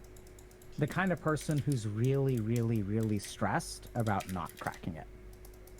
What kind of person gets really, really, really stressed for cracking their phone? The person who tries really, really hard to not crack their phone and fucking cracks it anyway. Okay, yeah. Right? So what I'm hearing is that, like, success or perfection is something you've strived for and failed. And exactly what you said. I mean, it was kind of like what I was sort of thinking about it. And even to the point where, like, I'm so afraid of dropping this dish, I'm just gonna break it myself. Yeah. With people too, sometimes you meet somebody that you like or care about, and it feels like I'm gonna fuck up at one point or very soon, and it makes me want to kind of give up on them already, so that they're not disappointed down the line, or I'm not caught by surprise and I just throw them away. Right? How does it feel to say that? It's okay. I've been saying it to myself for like years. Like I think it's something I do like all the time. Like throw people away. Just because I know I won't be able to like water that plant or maintain it, or like I'm not good enough or whatever. Like imposter syndrome a little bit sometimes, and it's like, especially with girls also, when like something you feel like for some reason you feel like you're not good enough for them, right? And you know you're gonna fuck up somehow or some reason down the line, and you don't know when or what, and you're just like, you know what, fuck it, I'm just gonna ghost them and just throw them away, and it's like, now I know it's done. I'm not gonna get sad or annoyed by it when it happens or why, or the scenario of it. If I throw them away now, and I prevent myself from having something good, then I can't break it. Who are you protecting by doing that? I think I try to protect myself from disappointment. What disappointment in what or who? Who are you? What kind of disappointment are you protecting yourself from? Like my future self, if that makes sense. Like I think I would rather like be kind of upset I missed out on an opportunity or I threw somebody away, right? Than actually fail at one point and be like, oh man, I failed them and I failed myself, and it's like it's kind of harsh. Like it's sometimes it gets destructive a lot, and it's like, oh, well, I can avoid that because I'm not good enough, so fuck it. I'm just gonna go way ahead of the curve and just ghost them out. Yeah, I think I did that a lot, like a lot, to the point where like I had nothing to maintain. Like I just threw it all away. But I'm not saying it's a good thing or it's a good process. I'm just saying like that's kind of how I proceeded with things, right? I mean, I think it's an important realization to recognize that you would rather sabotage things yourself than disappoint yourself or other people. Oh yeah, I've always said and that. I'm not hearing this from you, but I think it's probably true. I feel pretty confident that you're also trying to protect the other person. Yeah, 100%. Yeah, for sure. But I'm not gonna be a purist and be like, oh yeah, I'm doing it because I'm so nice to them or whatever. It's partly because I know they'll be disappointed, and I know how they're gonna feel because you've seen it a lot. If you've seen them be disappointed often, you know what's gonna happen. You can almost predict it, right? So yes, I am gonna protect them in a certain way, and often enough that the people You're that, you're also doing something weird, which is that. So it's interesting, right? So I said you're trying to protect them too, and then you said, well, yeah, but I'm not gonna like pretend to be a purist and like I'm just doing it for them. Yeah. What do you mean? So I mean, I think it's kind of interesting because I don't even, I think you're actively pushing away like a good part of yourself. You kind of see what I'm saying? Like, I don't know if this makes sense, but kind of. So the first thing that you're really open to pointing out how you're almost selfish, but like you retreat away from being selfless in some way. Because when I ask you like, who are you and maybe you just really are more focused about not disappointing yourself. But I more- think it's yeah, kind of it is. weird. that It's like that. Yeah, it's more about myself than them. it's more about yourself. Yeah, unfortunately, I don't like saying it. I mean, it's just how it Okay. is. It's true though. It's more about myself. Yeah, like And- I do care a bit about them and about what's gonna be the fallout. I guess with how they're gonna react or whatever. But that's not really the core focus. It's more like how I'm gonna feel if I fuck it up, right? And how are you gonna feel if you fuck it up? It'll get dark. Like it'll be like super upset, man. It's kind of like it's gonna be like cowardly at one point, because that's how I know that's how you progress, right? Through failure and then understanding what happened and whatever and all that, right? But at some point, I feel like you failed so often that it's almost like you're predicting it. So it's like you're predicting your own failure, and it's like a self-fulfilling prophecy or something. And I know it's a bad pattern, but I'm just saying that that's what I do. How is it cowardly? Because that's not how, I don't think that's how you improve as a person. It's not how you grow and get better, by predicting you're gonna fail and like making sure you fail but ahead of time. Otherwise I would never even try. But sometimes it's about like the dream of it. Sometimes you kind of wish that you could have something of value, you know, and kind of go for it anyway. I think that's what happens. What makes that hard for you? What makes that hard? Which part? What makes it hard to try for something that's valuable? So you're kind of saying that, like, you know, the way you're supposed to learn is by giving it your all and, you know, learning from it, but it sounds like you're not really able to do that very easily. So why not? Why can't you do what you know you need to do? I don't know. Why can't you love Felix? Shit, I don't know. I think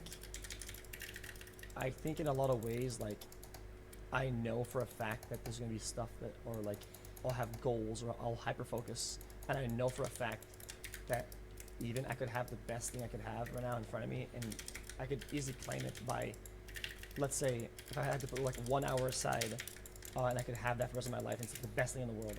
I know for a fact that I won't do it. At one point, I will fail, and it's like predictable almost, right?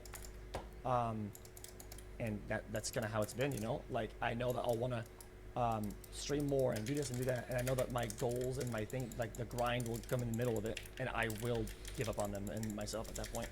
And it's like you still try for these things, but I'll do it as in like almost like a dream, if that makes sense. I don't want to be too cliche about it. It's like a little bit like a dream. Think about all the possibilities. Like, oh, okay, cool. You kind of let yourself like drift away with that idea, and you kind of go for it half-ass, and you kind of almost start getting it, right? And you're like, sometimes I'll almost get mad that it's working, right? Sometimes I'll get mad that it's actively working, and it's like developing, and I'm like, oh man, nah, I kind of wish I didn't start it, because now I have to fucking throw it away, and that sucks. Isn't that so weird though? Yeah, I feel like I'm I'm demonic or something. I don't know. It's, Yeah, I mean, I hope this is okay. I say this with love. That's fucked up. yeah, it's pretty bad. I mean, what do you think? Yeah, I think it's fucked up too. I think it's okay though. The only thing that I'll be okay with is saying that, like, it's okay to want things, right? But sometimes I can't come to terms with like what that comes with, and the commitment, and what the whole package of it, right?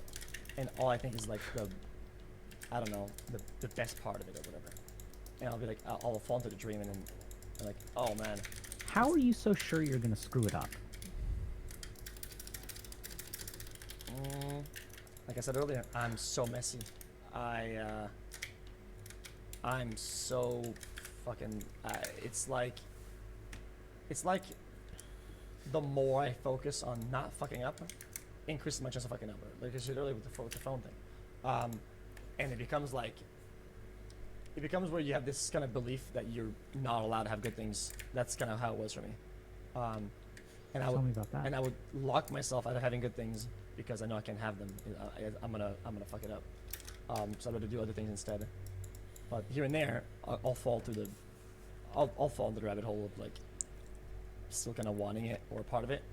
And like I said earlier, like I'll be like, ooh, this is working. Fuck, I wish, you know, like it's crazy when it just kind of works. Like with some way back when, like I'd like talk to a girl or something, send her DM or whatever, and I'm talking because I'm like, you know, it'd be cool if she replied, right? And oh my god, and what if she was my girlfriend? It'd be so nice. And then she's so hot, and like, oh my god, she's kind of out of my league. It's kind of crazy.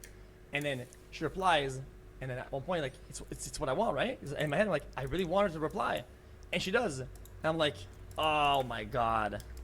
I'm like, oh god, I gotta throw it away. And then bang, you throw it away. And that's so dumb. Yeah, but I mean, I think so.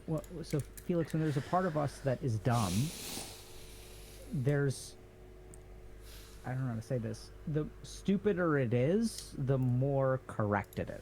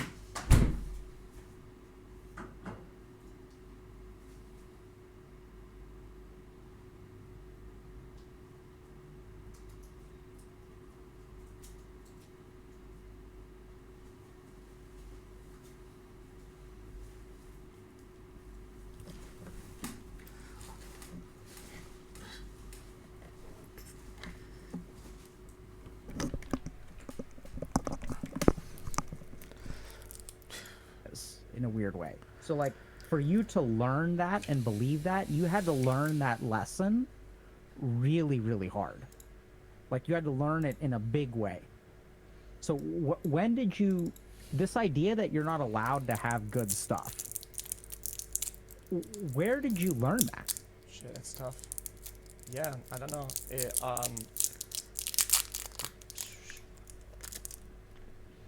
That is really tough. I don't want to be like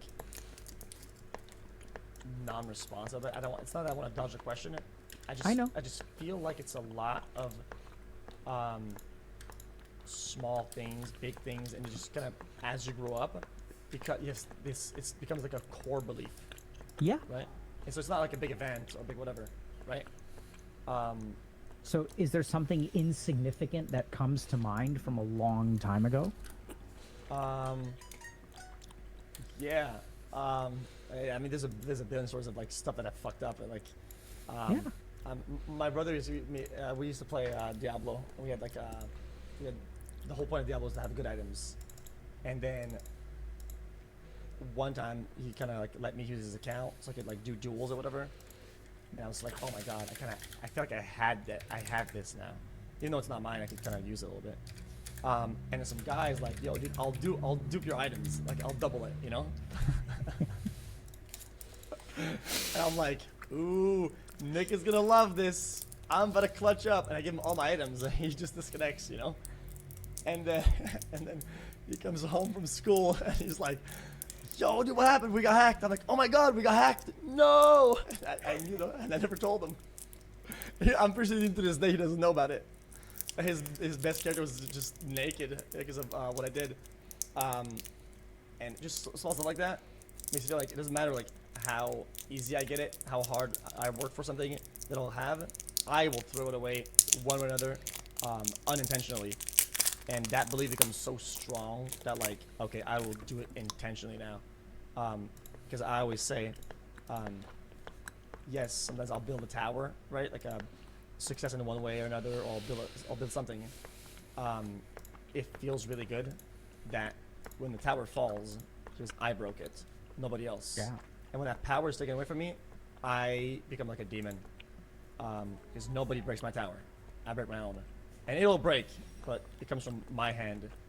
And when that power is stripped away from me, it makes me like, that's when things get really bad. You know? Really bad in what way?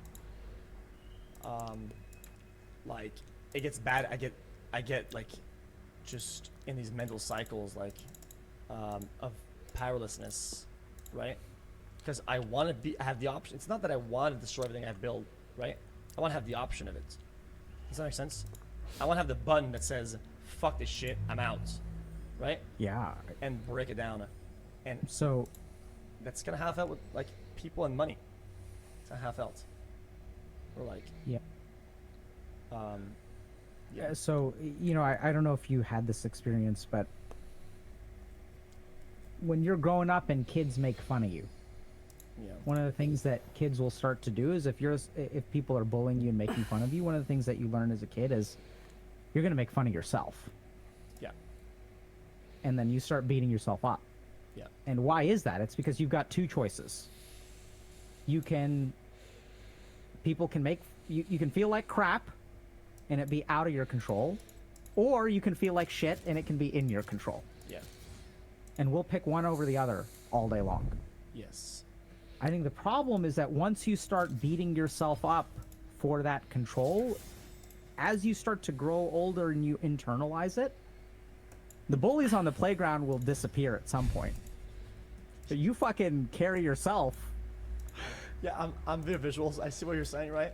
And now I see like this kid in the playground, and all the other kids like vanished out of thin air, right? And the guy's still, he's still hitting himself, right? He's still doing it to himself. You know, everybody's gone at that point. And he's getting older now. He's still doing it, and people haven't been there for years, right? That's kind of how I see it. Yeah. Does that? That's yeah. me. That is me. Yeah. Yeah. Especially growing up, like struggling with like confidence and whatever, right? That's kind of how it felt a lot.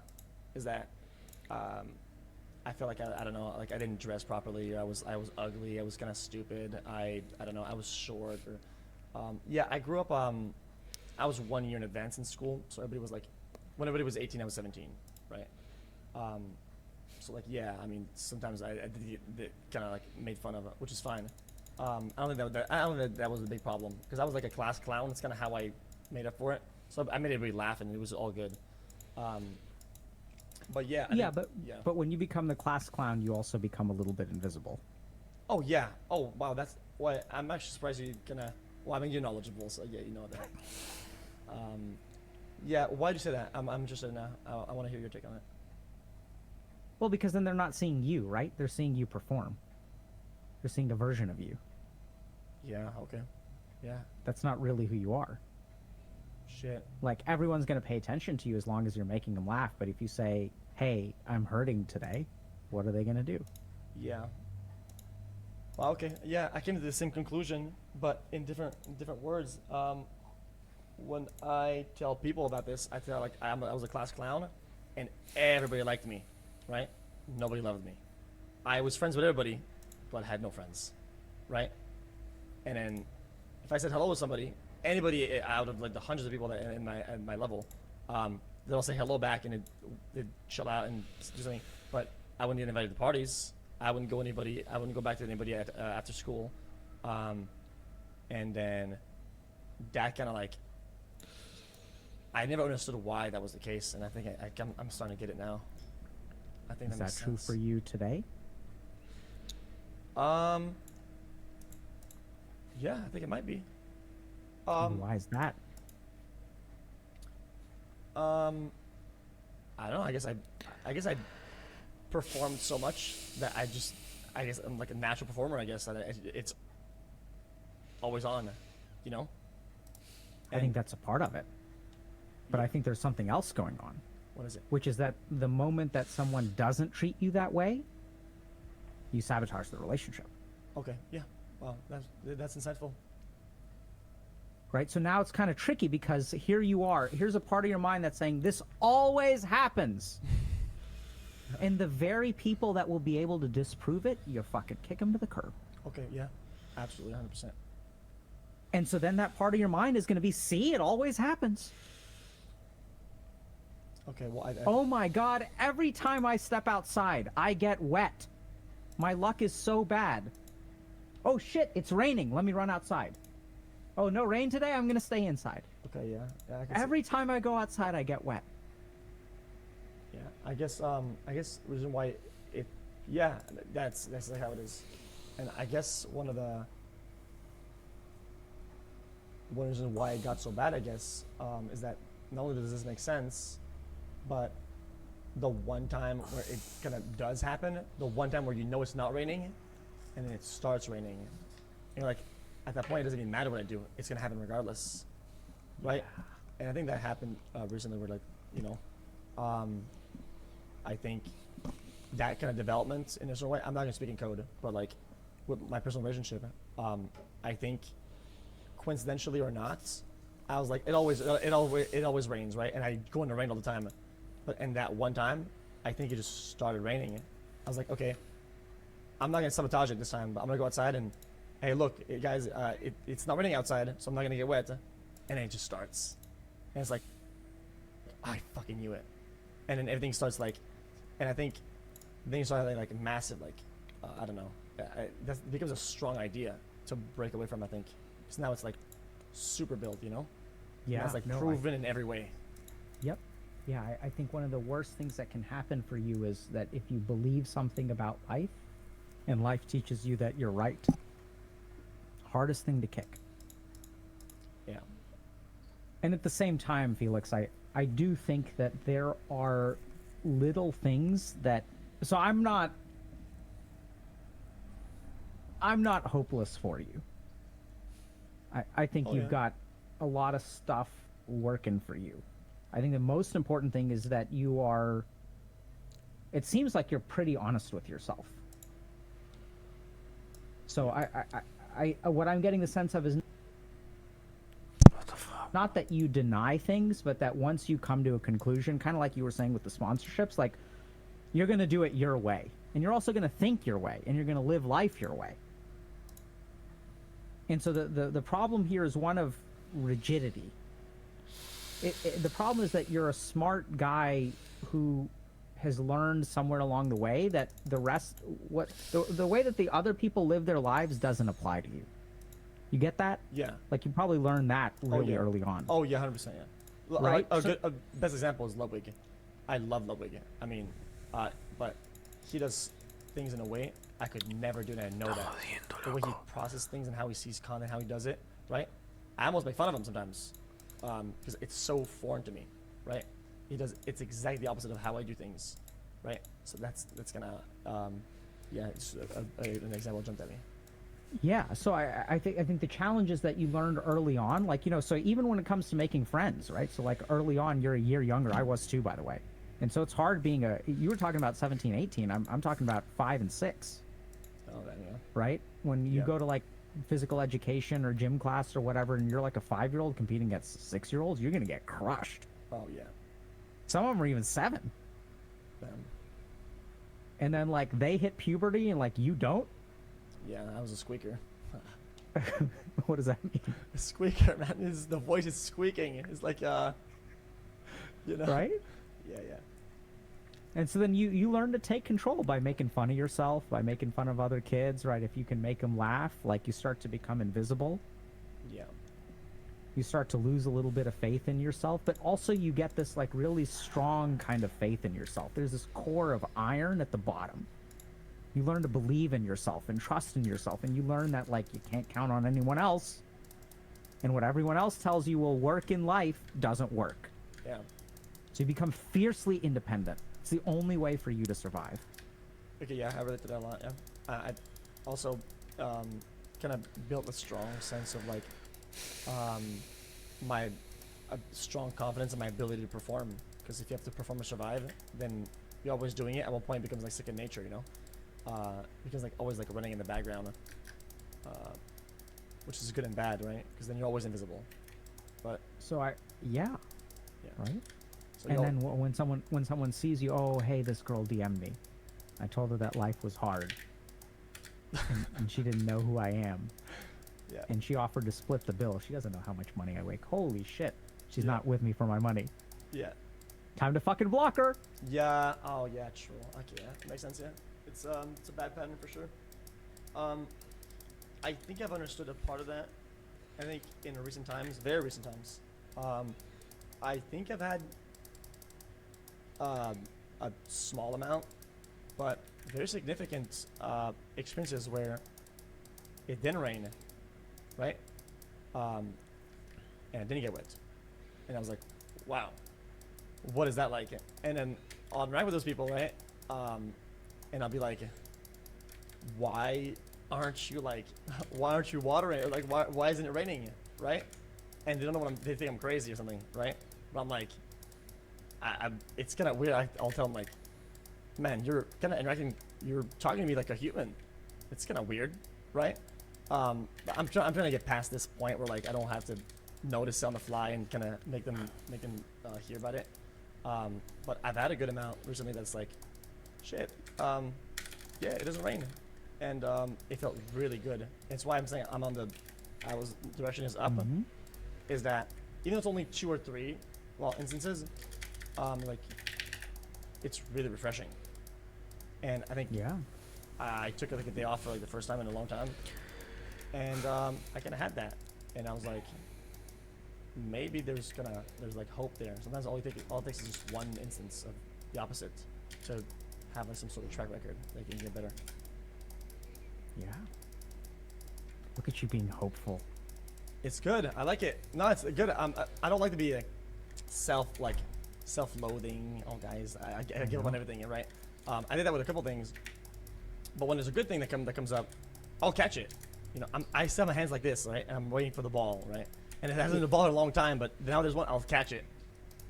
Is it okay for you to be pitied? No. I don't want to be pitied. What about people having compassion for you?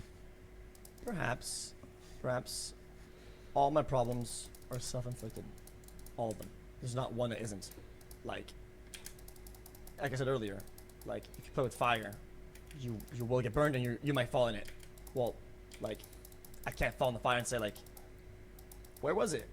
I was playing with it the whole time, right? And a lot of the loneliness and the things that Felix. What? Sorry. Is it okay if I interrupt you sometimes? Yeah, do that. It's funny. Okay. I like it. So if you were to blame for all of your problems, who has control over your life? The Matrix. No, I'm just kidding. I don't know. Where was that going? I don't know. Who If has you're it? always to blame, who's got the power? Me. You do. Yeah, me. Yeah. So here's the weird thing. Remember how we talked about the whole, like, I'm going to make fun of myself or I'm going to sabotage this relationship because I don't want to lose control over it? Yeah. You're taking control all the time. Control, control, control. Fucking, I don't care about the fucking money. You guys want the money? I'll fucking burn it. Okay, yeah. I'll teach you to look past me, bitch. Okay. Yeah. Oh, yeah, I've done that. right? Yeah. Yeah, you're right. I do have the power and the control to do these things. This is the crazy thing is this is the weird thing. You don't. It's the way that you view the world. Okay. But I hate to break this to you, Felix, but you can't control anything except for yourself. Like literally. You're right. It's the way you see the world, and I don't blame you for seeing the world that way. Because it's a way that lets us fix the unfixable. Because when I can't control other human beings and they hurt me, that means I'm fucked. How do I win this match? I can't win the match because someone else has power and I don't. It's a scary way to go through life. Yeah. But then the problem is that when you think you have all the control, all kinds of weird shit starts to happen.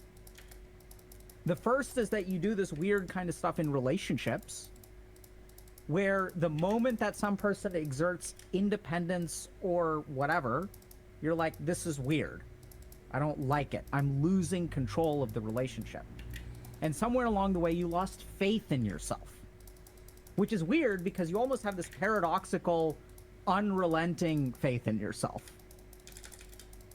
I could fucking cancel you on every single platform and you'd be fine with it because you'll find some other... You'll fucking build your own platform. You'll start streaming. You thrive in the chaos. It's not the challenges that hold you back. Okay, yeah. It's the wins. It's the lucky breaks. Yeah. That's when you're like, what the fuck? It's sunny today? Where's the rain? Yeah. And now you're confused. Yeah, And so what do? Make a weather-altering machine, go find some shaman, and they do a rain dance, and you're like, ah, that's right. Yeah, I knew it. Create the chaos. Now I understand. Okay. Can I tell you a story? Yeah, of course. I like stories. I once had a patient who had been traumatized and was convinced that everyone in their life abandons them. Yeah. Finds a loving... So this is what's weird. So when you've been in abusive relationships, you tend to gravitate towards abusive relationships. And everyone else is like, what the fuck? Like, why don't you just leave? Why don't you date someone who's not a toxic shitter? And then the person doesn't understand, right? And it's not their fault. So, because here's what happens. They date two people. One person is like, yeah, you suck. And they're like, okay, I know this game, I've played this game, I know what the rules are, I can survive it. And then someone else comes along and they're like, you're awesome. And now they get confused. Yeah. They're like, what do you mean I'm awesome? Because people have told them that before, and they start out being awesome and then they end up being abusive. And so then what happens, what really starts to happen, what's really sad about this is at some point they find someone who has faith in them as a human being. Doesn't see them as invisible, doesn't just date them for their body or their money or whatever. And then they get even more confused because they don't even know what love feels like. They don't know what unconditional acceptance feels like. So then they start being like, what are you doing? Where's the other shoe? Like, what are you not telling me? Yeah. You're gonna leave me, right? You're gonna leave me, right? You're gonna leave me, right? You went out with your friends for a week. Did you cheat on me? I'm sure you cheated on me. Of course you cheated on me. And then the person's like, no, I'm not gonna leave you. I'm not gonna leave you. I'm not gonna leave you. And the other person's like, you're gonna leave me. You're gonna leave me. And what do they end up doing? They fucking drive him away. Yeah. Like, I can't deal with this shit. I'm gone. See, I knew it. Yeah, exactly. I was right all along. You were bullshitting me, and you were really good at it. You bullshitted me for 4 years. Yeah, that's bad enough. I feel like there's even a worse example. You could, instead of driving them away, you drive away. Like, I knew it. You're the one who went away. So that's what happens, right? Yeah. So I drive them away for a while, and then I decide, you know what? It hurts too much to be loved by someone and have that person abandon me. So now what I'm going to do is anytime there's an instance of genuine love or affection, I know where this ends. I don't want to put myself through it. Because having someone treat you like shit and then abandon you, I can manage that. Someone loving you and abandoning you hurts way more. Yeah, okay, true. So Felix, it's the good stuff that hurts in life. Yeah. And like, you know, I see this with parents. Because like, you don't really know, like, I didn't really know what fear was until I had kids. Like, fear is like a whole different, it's like different. It's just different. Like, once you know, once you really love something and you're responsible for something in this world, you know a level of fear that's like absolutely terrifying. And I think what I'm hearing from you is that you've been burned so much. Yeah, you're fucking stepping around the fire, but you've gotten burnt here or there. Now you're starting to develop scar tissue. Yeah. And then some bad shit happens, and you know some of it's your fault and some of it isn't. And I think that like you know I mean it sounds like for a lot of reasons you can be very hard in relationships. Like I'm not talking about just romantic relationships. You're kind of saying you know, you don't water your plants and yeah, just all of them. Yeah. And I don't know. I mean, so I feel really confident because I think that you do control a lot. I don't think you control as much as you think you control. I think it's helpful for you to believe that you're omnipotent. Omnipotent? Because I kind of know what that means, but not really. All powerful. Okay. Right? Like the world is your oyster. Yeah. And at the same time, like, I think there's weird stuff. It's really hard to be in a relationship with someone who believes they're omnipotent. I'm not talking about, like, narcissism. I mean that, like, when everything is under your control, you stop holding other people responsible. You actually let them do things like walk over you. That person who you talked about with the will, that person has signaled to you that they care more about your money 1,000 different ways before that moment. But you let it ride because it's, oh, like if this person is like not treating me the way that I need to be treated, it's my fault. I need to change the way that I interact with them. You know, when you get bullied at school and you start becoming the class clown, you don't blame the bullies, you learn how to blame yourself because it's a survival mechanism. If you blame the bullies, all that's going to happen, you're going to get fucking bullied more. Yeah. But if you put the pressure on yourself, I need to be funnier. I can control this if I'm funny enough. It gives you power. Yeah. Yeah, that makes a lot of sense actually, yeah. And what's the solution to that? To getting out of that kind of... So a couple of things. The first is... So I'm gonna... Give me a second, okay? I'm gonna write this out. Yeah. By the child thing you were talking about, I feel like I feel that with my brother. Even though we're not that close these days, right? I can be hurt and get hurt by a bunch of people and hurt myself a bunch of times.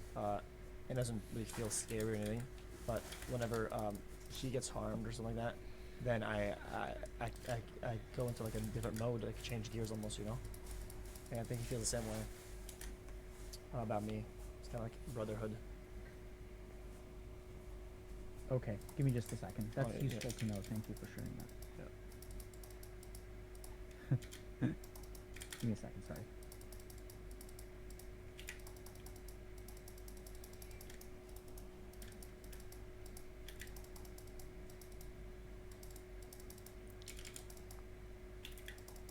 Okay. How do you fix that? Let's understand. For everybody who's in a situation kind of like this, the first thing that you've got to do, and you're spot on, so it's interesting, there's like old yogic texts that describe how you kind of said it wasn't one moment, it's 1,000 tiny things. But those things are significant. So the first thing that you can do is tell those stories. So this is sometimes the work of psychotherapy, but there's a lot of emotional processing that also happens in places like Alcoholics Anonymous. Like we see this a lot with like addiction, right? Where people will go and they'll like share their story and stuff like that. You can do it with friends. Like you can, you know, you got to like articulate all the times that you knew that you could not be trusted to not break something. Because I want you to really think about what does that do to someone's life when they believe that they cannot be trusted to protect something. Like everything precious in their life gets sabotaged or discarded. And the more precious it is, the more you have to run away from it. Because you can't trust yourself not to break it. So if you tell those stories, it's weird, but you will change. That'll fix a lot of it. Second thing is be really intentional in kind of this rain or shine sort of thing, okay? So like the problem is that right now you've got a lot of reflexes about the way that you respond to your feelings and the way that you interpret what happens in your life. Right? So you have like, you feel a certain way, like, oh, I feel really happy, this is really good. And that feeling connects to a reflexive behavior, I gotta ghost him. Yeah. So that needs to be caught in the moment. And be like, okay, what am I feeling? What do I feel like doing? How does it feel to do that? What you're doing is when someone starts to like you, Felix, and you like them back, you're losing control. You can't have that. No, you can't have that. Right? And when you ghost them, what are you getting back? Control. Absolutely. One is awesome, right? Oh my god, she's kind of into me, but it's fucking scary, man. Yeah. Because if you build a tower too thin, anyway, it starts wobbling and it'll fall. I'd rather just yeah, right. topple it. Oh, Yeah, that you're feels taking good. control. It feels good sometimes. Yes, right? Because you're scared. Yeah. So being able to conquer that fear when you're ready, being able to be hurt again, which I don't blame you. Like I don't blame you for any of this. This is normal. You're just, you know. Shit, I'm not ready to be hurt again. I'm fucking, bro. I'm like, I'm right now. I'm shut down. Right now, Yeah, it's like, that's fine. That's fine. I'm becoming radicalized. Okay. Yeah, I'm red that's pill. I'm Tate. No, I'm just... Okay. I mean, even all of those things are okay. Yeah. Right. So it you know, it can start with like relationships. It's like starting with stuff like, you know, telling Nick that y'all didn't get hacked. I never told him. He's probably gonna watch this one day and be like, "Oh man," because he's 20. I think he's 30 now, and I haven't told him yet. Yeah. So you know, so there's all kinds of relationships where you're gonna feel these reflexes of pulling away. So catch him in the moment, and that's where there's like some amount of, you know, almost techniques that you can use if you really want to, but I don't know if that's your jam. Right. But like the key thing to remember is that anything you feel in that moment, that fear or that loss of control, do you understand that feelings are temporary? Yes. And so you can deal with that loss of control by engaging in a behavior and ghosting the person, or you can just do nothing. And what will happen to the feeling of loss of control? I actually don't know. Exactly. So you need to learn this. Okay, yeah, so this is where don't have an answer. I swear to God, it will disappear. It will go away on its own. And that's just because that's how human beings work. So I know it's kind of confusing, but like every emotion or thought, so your mind is never permanent. Do you get that? Your mind is always changing. New thoughts, new emotions. Emotions come, emotions go. They can get triggered by things, but all emotions and thoughts in the mind are fluctuations, and then they return to baseline. If emotions would be permanent and you had the perfect wedding, you'd be happy for the rest of your life. That's not how it works. It's the hedonic treadmill thing, right? Right. So this is the key thing. The reverse of the hedonic treadmill is that, sure, if you keep on chasing stuff, you keep on chasing to get, and that's why you need to chase new stuff to get that old high. But the reverse of the hedonic treadmill is also true. You dip low, and this is, stabilize, dip low, stabilize, type of thing. Yeah, so this is kind of like the degenerate gamer solution to life, which is that you don't actually need to climb and all your problems will get fixed. You can just fucking sit your ass down.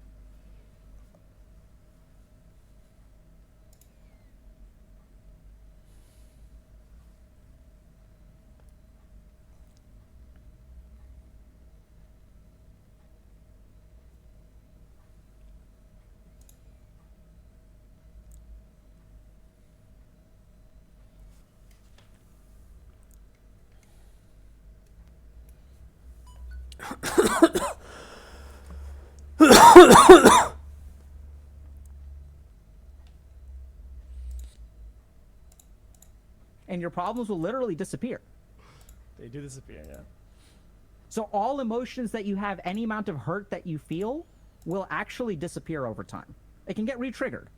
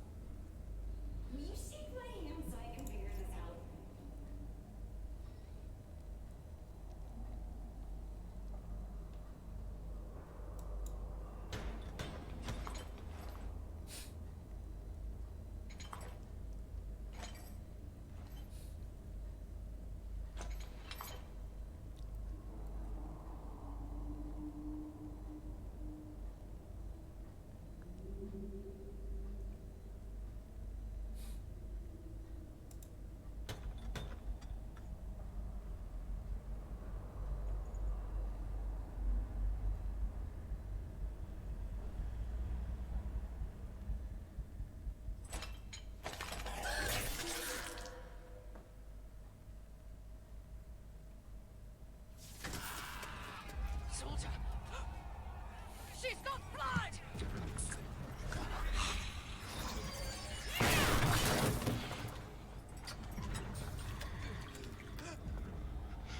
Hi! Oh, you're escaping too? Phew! Glad you know the layout. She's been fed! On your guard! Escape, buddy! That's my friend! And you're food!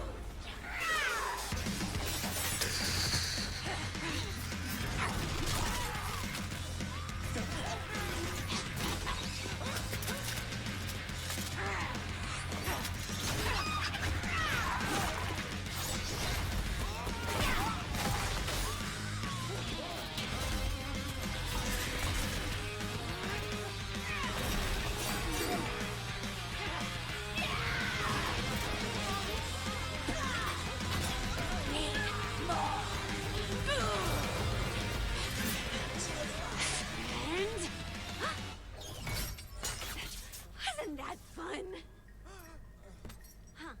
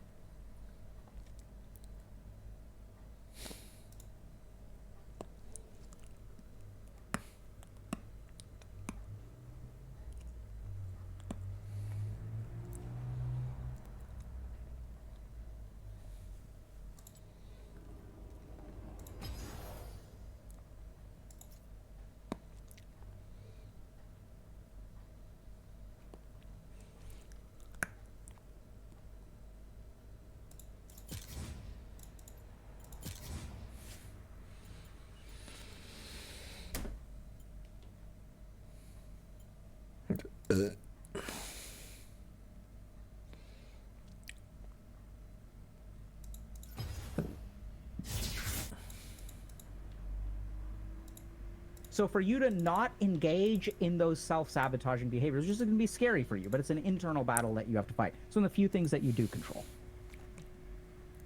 The last thing, and this is going to be hard, Okay. is you got to try surrendering. Surrender control. Yep. Oh, just letting the dogs loose and just see where they go. Yeah, you're not ready for this yet, I think. Yeah, I don't But if you really want to know what's truly liberating, because this is the thing, right? Even if you think about that broken cell phone. You know what? Wait, What's hold on. Wait, I sorry to interrupt you. You know what? I just thought about it. I think I tried what you just did, and since I told you I'm very self-destructive overall, and it's one of my techniques of moving on and doing stuff. I genuinely did this whole like full let go, right, and see what happens, and it's just really unlucky. It's unfortunate. I got burned back to back. And it's really unlucky though, and I recognize that. I recognize that it was not like foreseeable or anything. So surrendering is also trickier than sometimes we think it is. It's not. It's sort of letting go, but like a lot of what we have to let go. I don't know exactly what happened in that situation. I'll trust you in that it was unlucky, but I think that you got to work on a couple of other things and then surrender. And this is the beautiful thing. If you sort of think about it, right? When we have that cracked cell phone, that's the principle of surrender. Here you are trying to control everything. Oh my God, I can't crack it. I can't crack it. I can't crack it. You're trying to control it. And it's so stressful. Oh my God. And then it gets cracked anyway. And you fucker, you're controlling everything all the time. You'll crack your cell phone, but for the rest of your life, you've got to be in control. And look at what you're doing. And then you discovered, hey, if it gets cracked, I'm free. Let it be cracked again. If I drop it, it's dropped. So be it. That's surrender. You actually figured it out, and it's liberating. That I can use the cell phone, I can stick it in my pocket, I can eat with it, and one day it could be cracked. So be it.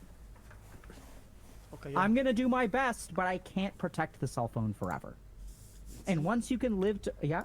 It's interesting that I'm like an elite at understanding that system and how it works in some areas. I can't apply it in other areas. Yeah. One doesn't go to the other. I just don't do it.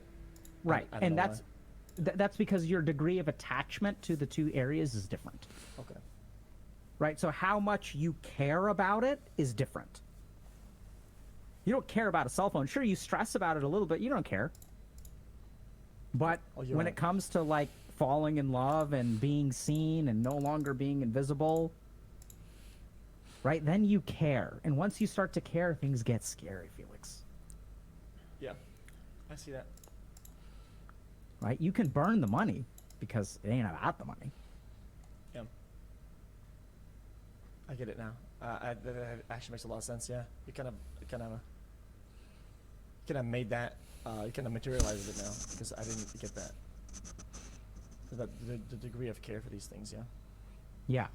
Yeah. And you've learned an antidote to that too, which is you teach yourself how to stop caring, right? You build all these walls, which is like a good temporary measure. Temporary, yeah. Just so it doesn't happen again like too soon, and it's like. Yeah. So there's like a difference between like surviving today and like living for a happy tomorrow. Yeah. And right now I get the sense that you're in survival mode, so whatever. So start to do these things, then I think, if you're diligent with this in a couple years, you'll be living a different life. Okay. Yeah. The day-to-day may look the same, but the way that you're going to feel and hear is going to be different. My hope for you is that you'll have a couple of like meaningful relationships, romantic or whatever. I mean, that I don't know, but where people can see you for who you are. And then you can also have conversations with them about, hey, I'm not great at like watering plants, and this is something I'm actively working on, like as a human being, and I really appreciate your patience. Yeah. And I'm going to try to do better. And then there's going to be like small parts of that, which is on a day-to-day basis. Like you're going to get all these Discord messages, and there's a part of you that knows that you should message your friend, but you don't because there's like too much important shit to do. And then you have to deviate something, and instead of doing something important, you're going to message your friend. And then your friend becomes important. And then you're watering that plant, and it'll change. Like you can change. In the sense, I think you're. The baddest thing around town. She's nothing like a girl you ever seen before. Nothing you can compare to your neighborhood. Oh, I'm trying to find the words to describe this girl without being disrespectful.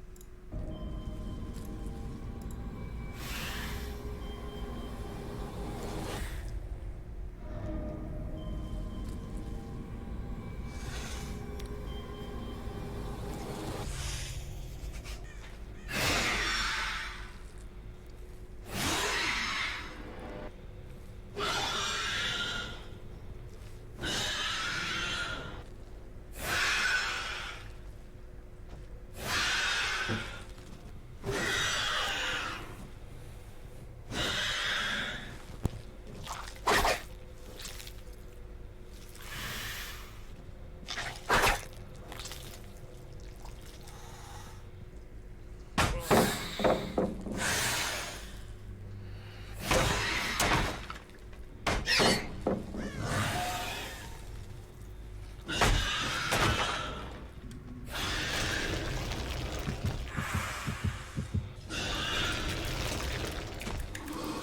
que me parió.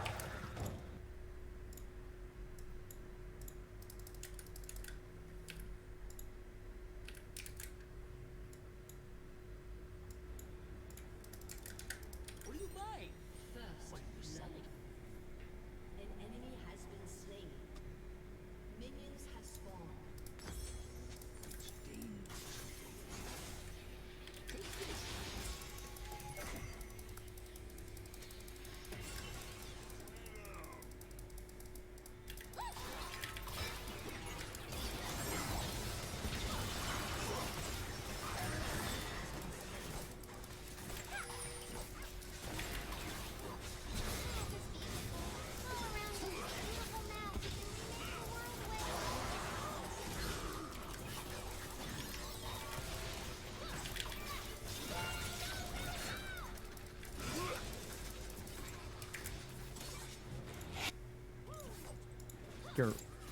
You've got all the right pieces already. They just need to be like moved around a little bit. Yeah, just a little bit. Yeah, I think in a lot of ways, I think sometimes I kind of like interacted deliberately almost, or at least knowingly with like fire, and be like, wow, I can't believe this is hot. That is crazy. And I know it's a fire to begin with, right? And if I just am just better at just choosing a little better and getting maybe more chances, and taking less like deliberate risks, maybe have one or two results it goes a long way sometimes. I realize that now. It doesn't take much for things to flip. It doesn't. Sometimes just one is good enough. I didn't believe it at first though. It's kind of hard to believe it when you're so stuck on one idea, you know? Yeah. Like dissonance. Yeah. And I think you've shared with us that you're good at looking back and finding the bright points, and I think you were just in such a dark headspace where the bright points weren't visible or genuinely weren't there because you kind of got, fucked, bro. Yeah. Yeah. I think processing all these things is sometimes difficult because you always have the reminder like, oh, I mean, I could have also done better. I could have done better. And it's like, it sucks a little bit in hindsight that you could have done better, right? And things kind of got bad regardless. I don't know. It's just something that annoys me about it, right? Because yeah, it sucks. But Yeah, there's some weird stuff, Felix, which I don't think we're ready for, but I don't think you could have done better. I know it's weird, but I think that one of the lessons I've learned in life is that like there's even the neuroscience and stuff. There's this part of our brain that does something called counterfactual thinking, which goes back and replays things in the past in a non-factual way. So these are the facts of what happened, and then your mind replays things in a hypothetical. And that's one way that we learn from our mistakes. If we didn't have that capacity, we wouldn't be able to like hypothesize why we lost a particular game, right? yeah, I think I'm stuck in that world almost like all the time, like all day. Yeah, the crazy thing is that even though the mind does that, it is literally impossible to do better than you did back then. Yeah. Right? Because you only knew what you did. You can only do the best that you could have done. What's up, potatoes? I wanna know.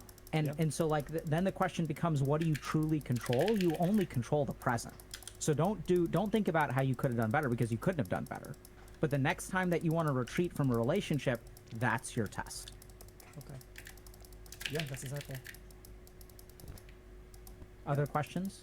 No, that was really good. That was really that makes a lot of sense. Yeah, I think a lot of like the other topics or other things, they kind of like fall into the same boxes, because I think that was like an umbrella solution for like a pattern of behavior, and the other thing doesn't matter what the specifics or the semantics are.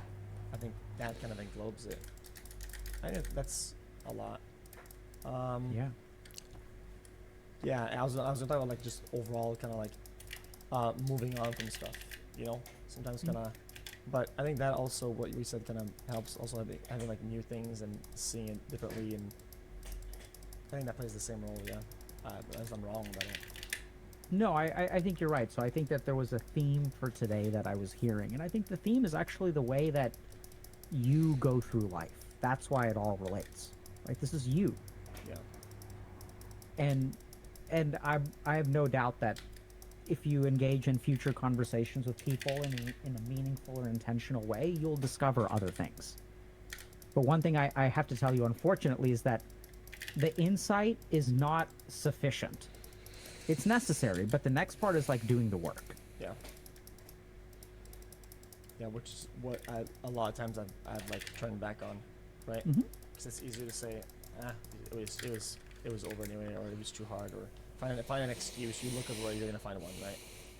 And then you turn back. So you got to catch that thought. Yeah. You know, So tomorrow, yeah, go ahead. Oh, no, I was just gonna say, in snowboarding, something that we do a lot, or maybe just me, I did. When you go to the big jumps that are massive, once you're committed, right? And a lot of times I was too afraid to take them because they're so big, like the big jumps, you know. And then I would just send it forward towards it, right?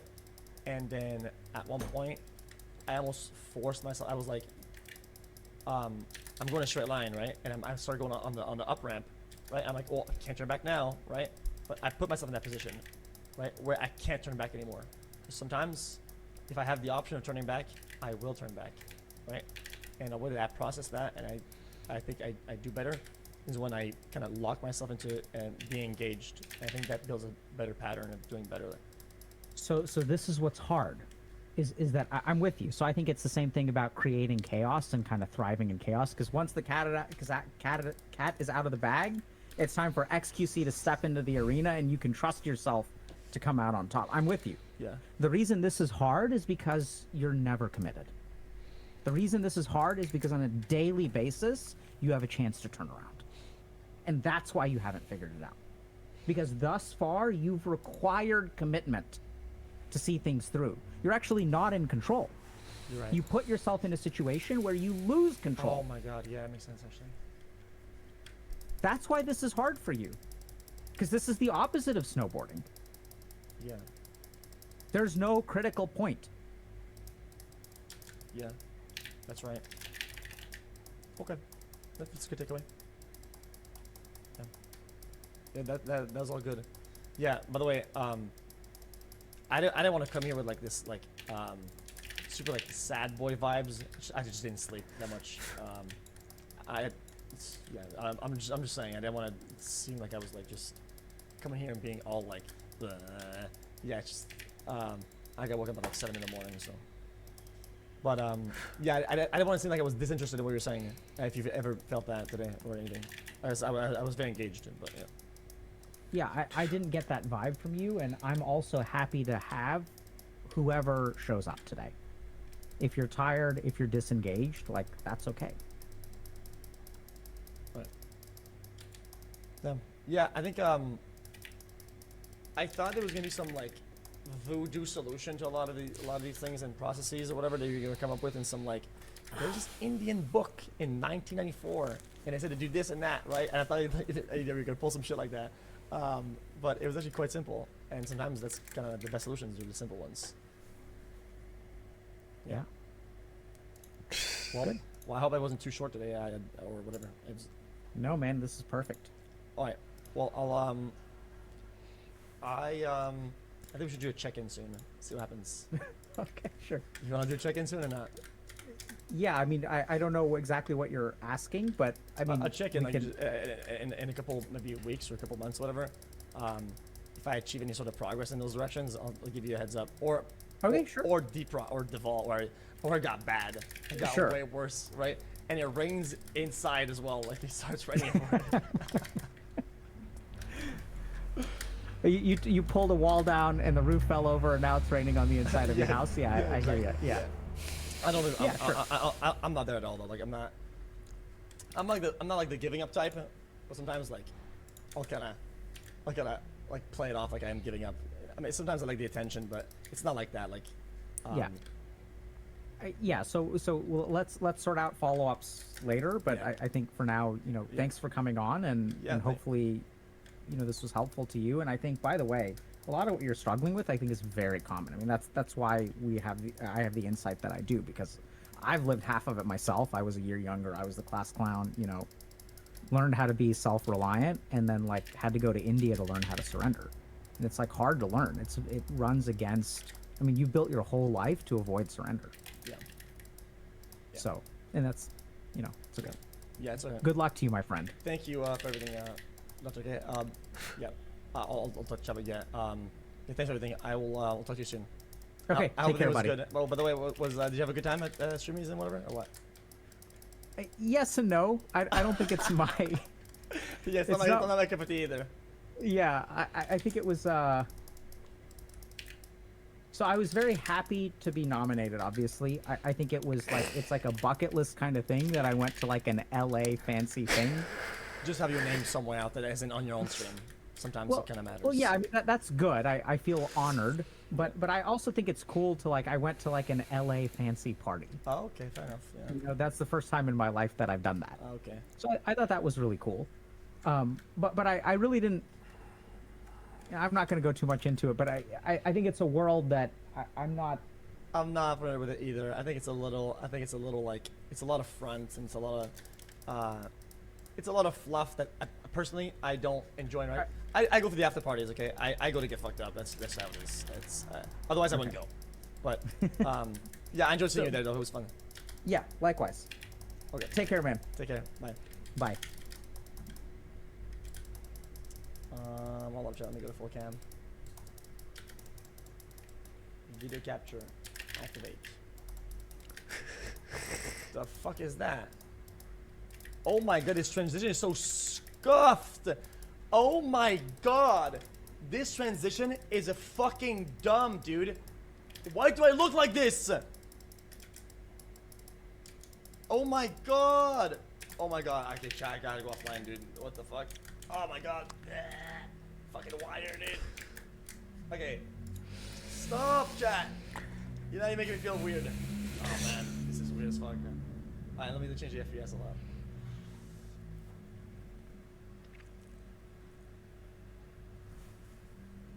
This is weird.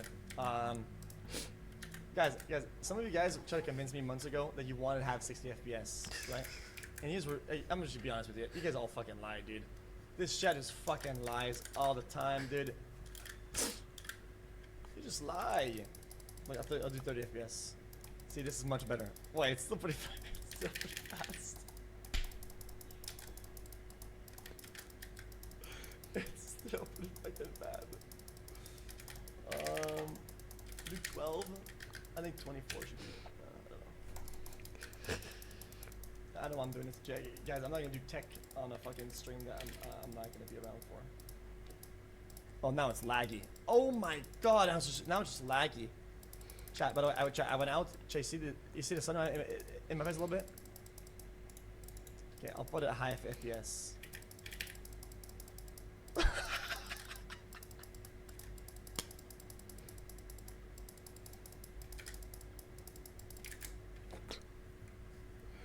Okay. This is so fucking dumb. It's so bad. Guys, it's too fast. Chat, I'm a little bit sunburned, am I not? Look. I went outside. It's like red. Alright, I got a little color. It's nice though. Oh my god, I wasn't flexing. Okay, dude. This chat's been fucking stupid.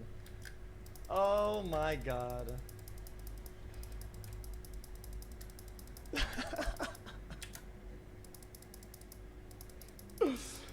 Okay. Hold up. Let me put chat up on the screen. Hold up. I saw chat a second ago, and I just don't see where it's at.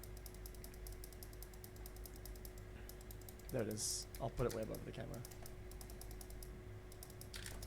It's our chat, guys. I've had to do stuff here. Guys, a lot of stuff that I haven't done in years that kind of stacking up. I did all of it. I know it sounds like it's like nothing to you guys, and you might not even know what I'm talking about. I've had like meetings and stuff, and like adult bullshit I've had to deal with or I have to do for years, and I just kind of got it all done in one go. I had to meet like executives from like big companies and shit, and whatever, do dinners or whatever, and then the streamers was nice. I ended up taking an actual day off, but after that, I'm probably gonna stream probably IRL tomorrow if I can, because I gotta do some shopping anyway. I'm trying to line up IRL for tomorrow. Okay, I'm trying my best. Okay, I promise on everything, guys. I'm trying my best. Okay, not go page. After that, I'm busy on the 1st. Then I fly home and I'll stream directly for like 5 days, and then I go to fucking London. Okay, I'm not kidding. Chat, I'm doing a Sidemen charity match thing. Okay, 3-head in it. Chat, it's gonna be a blast in it. Hey, hopefully it is. I'm going it. He's coming right now. I think he's got a show here or some shit. I don't know. And yeah, I've been kind of just taking a day at a time. But yeah, I meant it. Like, chat, it's crazy that I kind of lined up this like Dr. K thing, right? Because things were kind of weird, right?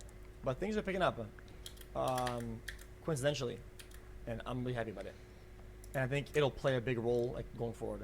I think I haven't done it in like years, and I think it plays a big role moving forward like entirely. And I think it'll kind of make sense.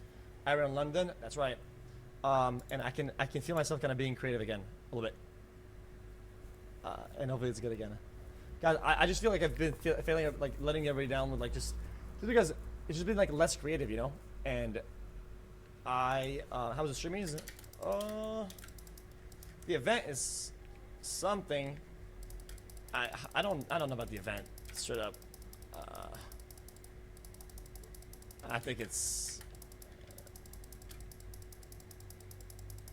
shit, dude. If I speak, chat, no more nomination. If I speak, guys. Yes. If I speak, big problem, big problem.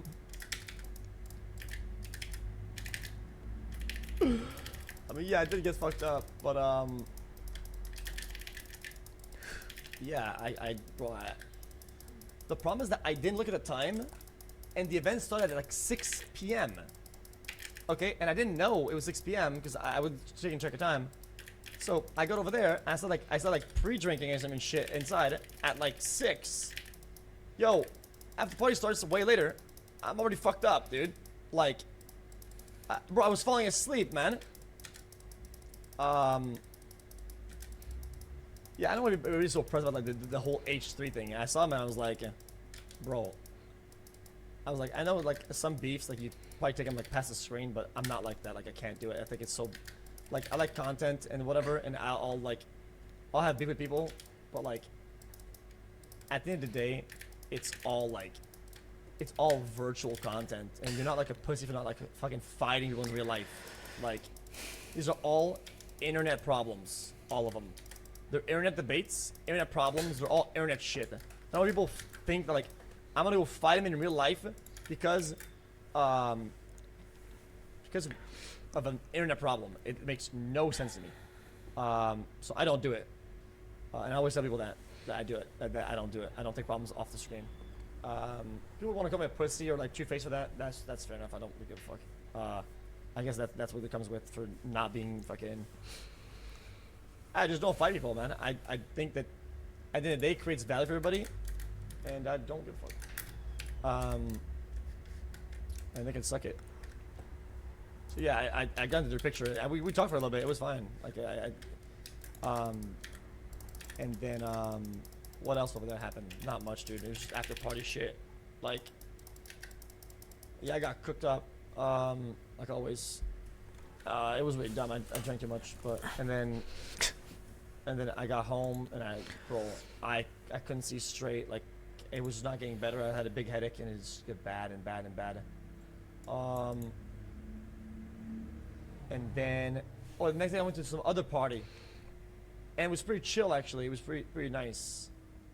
I don't know what Connor eats pants. Yeah, it was fun. It was like some guys. It was like some YouTuber party, and it was like a 20 million subscriber party or some shit.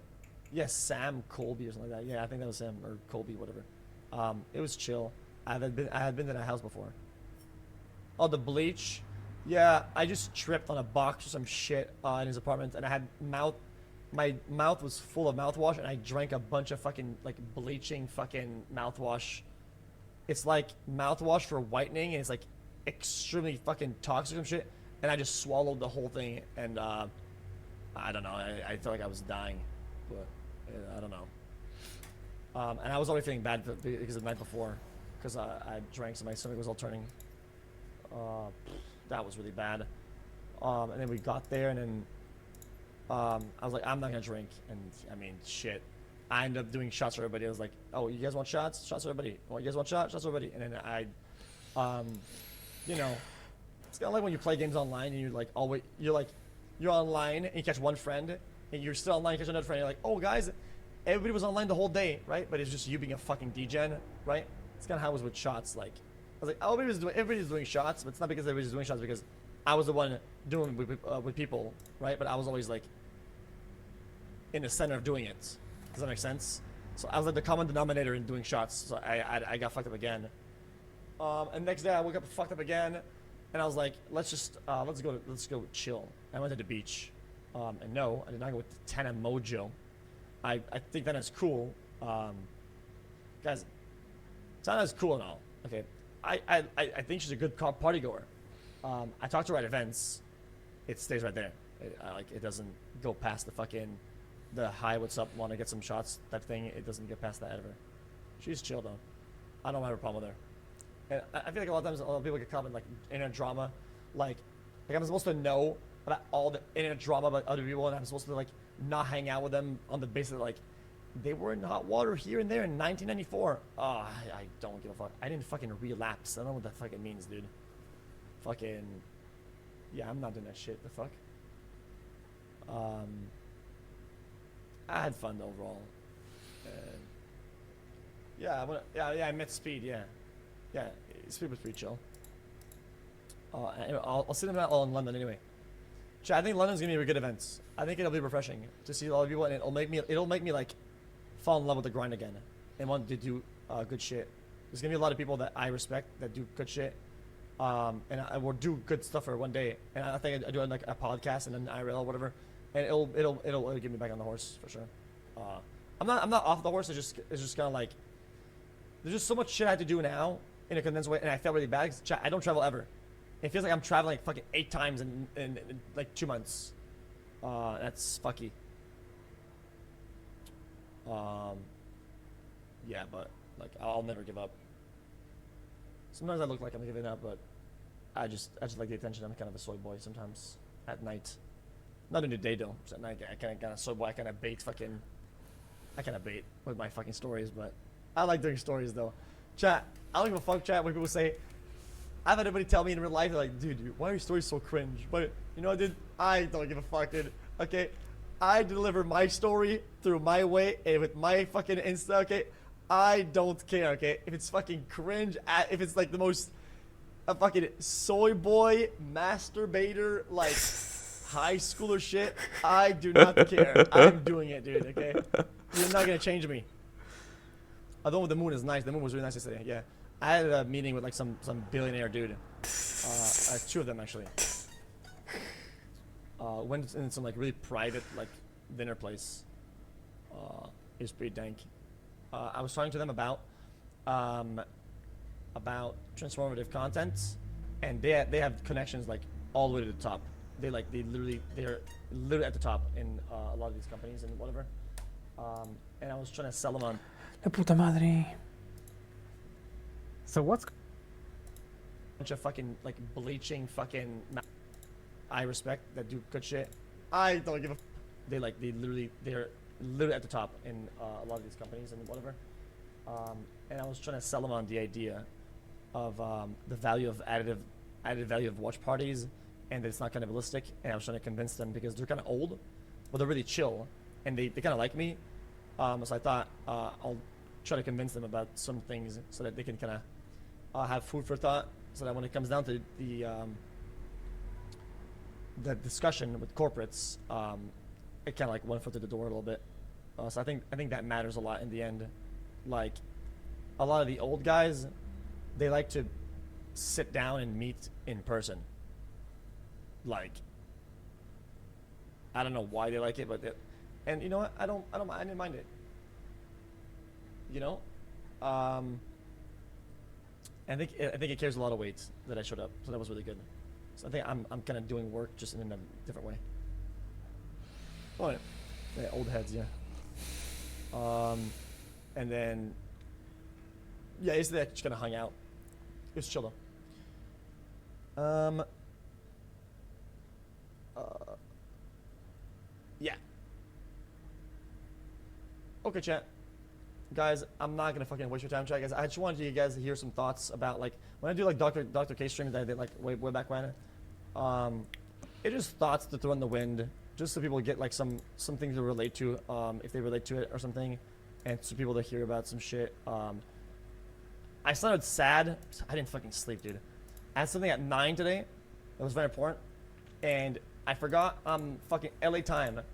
And they were like at 7, they were calling me, and they were like, ding. I'm like, yo, man, like, what do you want? Like, dude, we're all waiting for you. I was like, I forgot is, dude. Yeah. Alright. Well, yeah, I hope it helped you in any way it could. I only did because I wanted to. I'm not gonna sit here and say, oh, guys, I'm here to fucking help the world, blah, blah, blah. I did because I want to. But I'm gonna end right now just because I'm fucked up a little bit, just because I didn't sleep much, and we did the stream, and then yeah, man. Yeah, this is Yeah.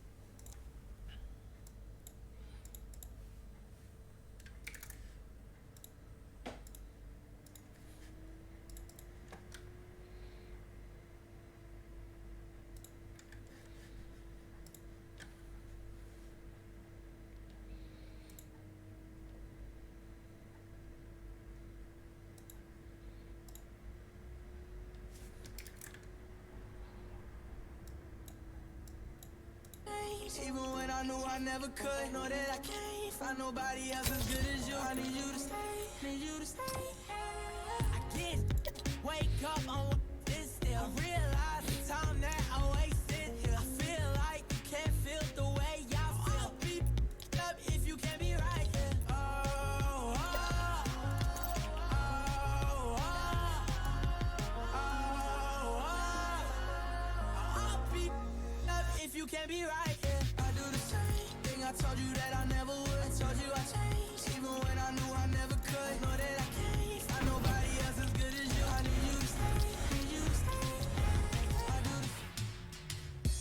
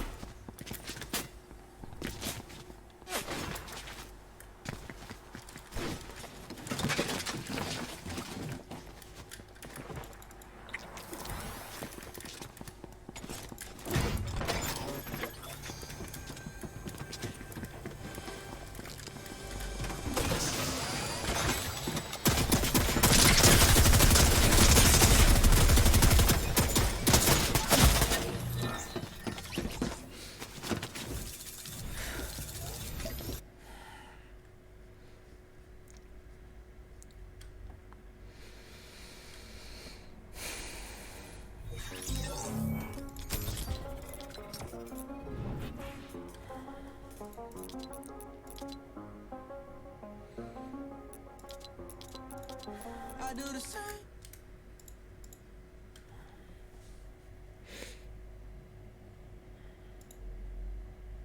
Howdy, my totally is always.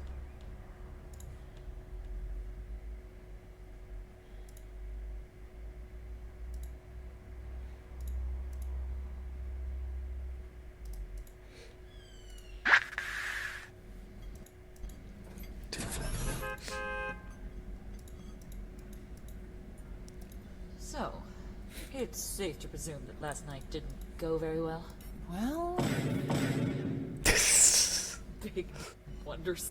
to be fair, I hadn't heard that one before. You know, I think we both have a common problem we can help each other with.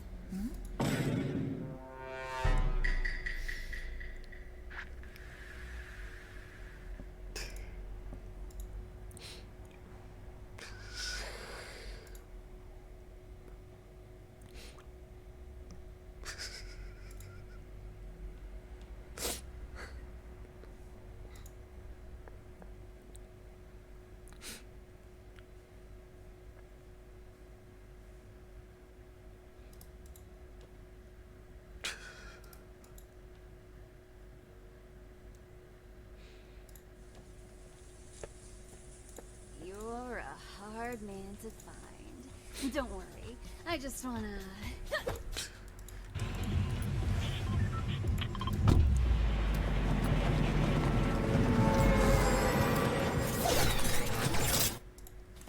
have some fun.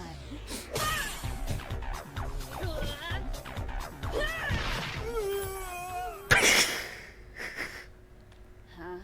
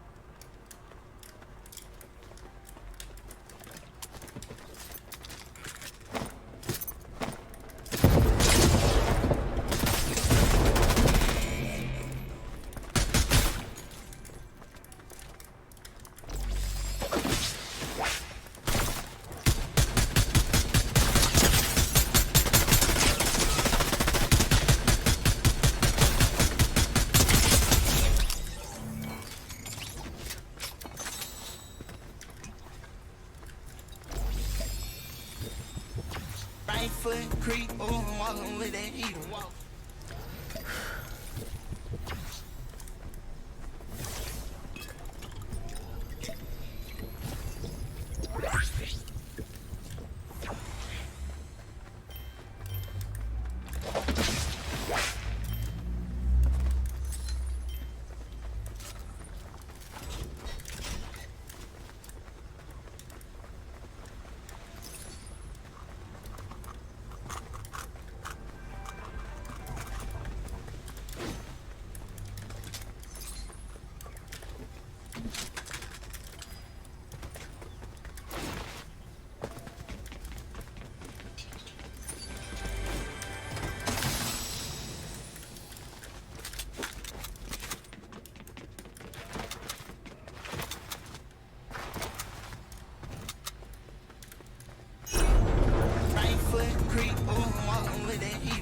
Look around, stay low, make sure they don't see.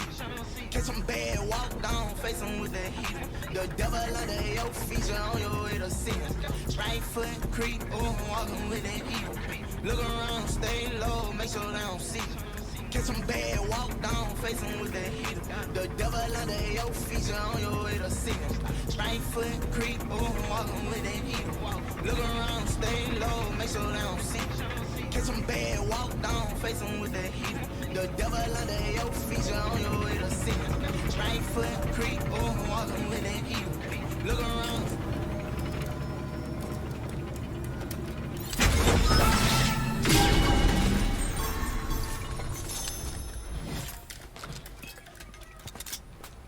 ¡Nena mala!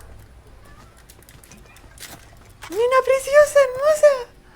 ¿Qué pasa, preciosa?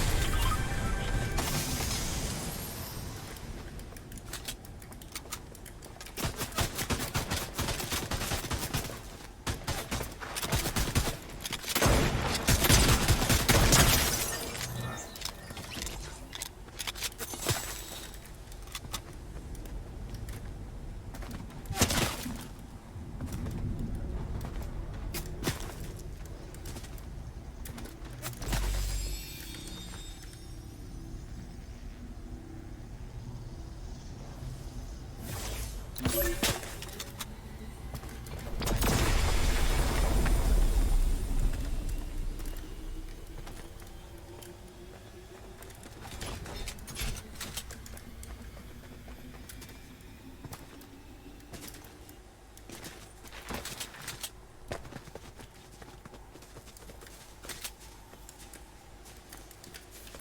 foot creep, ooh, walking with it.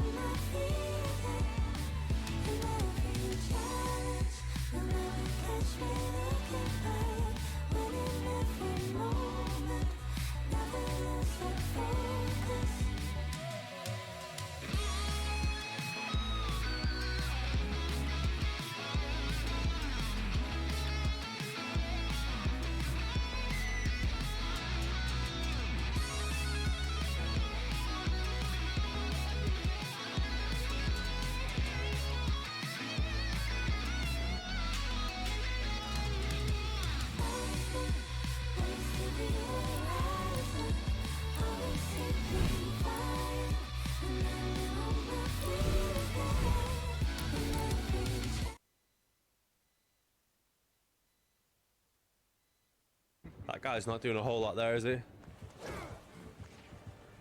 think we're fine here, yeah.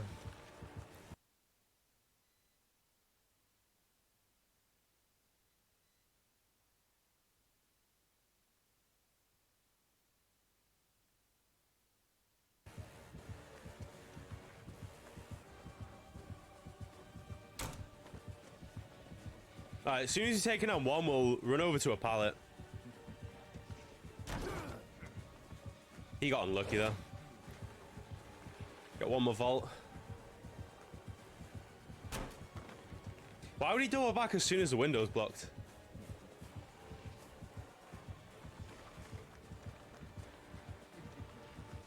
Try and put this in the way if we can.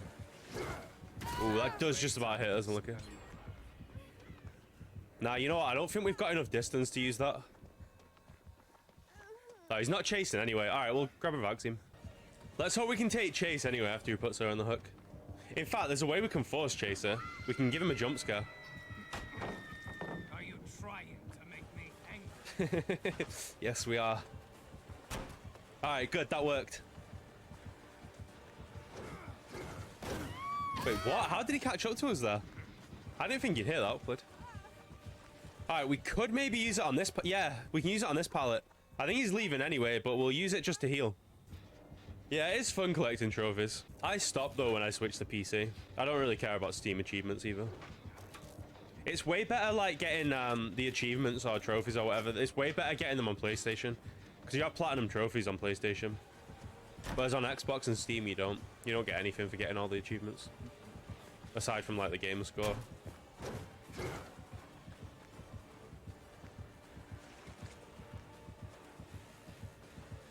Alright, there's a door back. We might even... Okay, I was going to say we might make a medium vault, but it is blocked. Going for the power, though. Gotta respect that. No pallet here. I don't think we would have had enough distance anyway. We're faking that. Okay, there is a pallet here. Once again, though, not enough distance. We're gonna move again.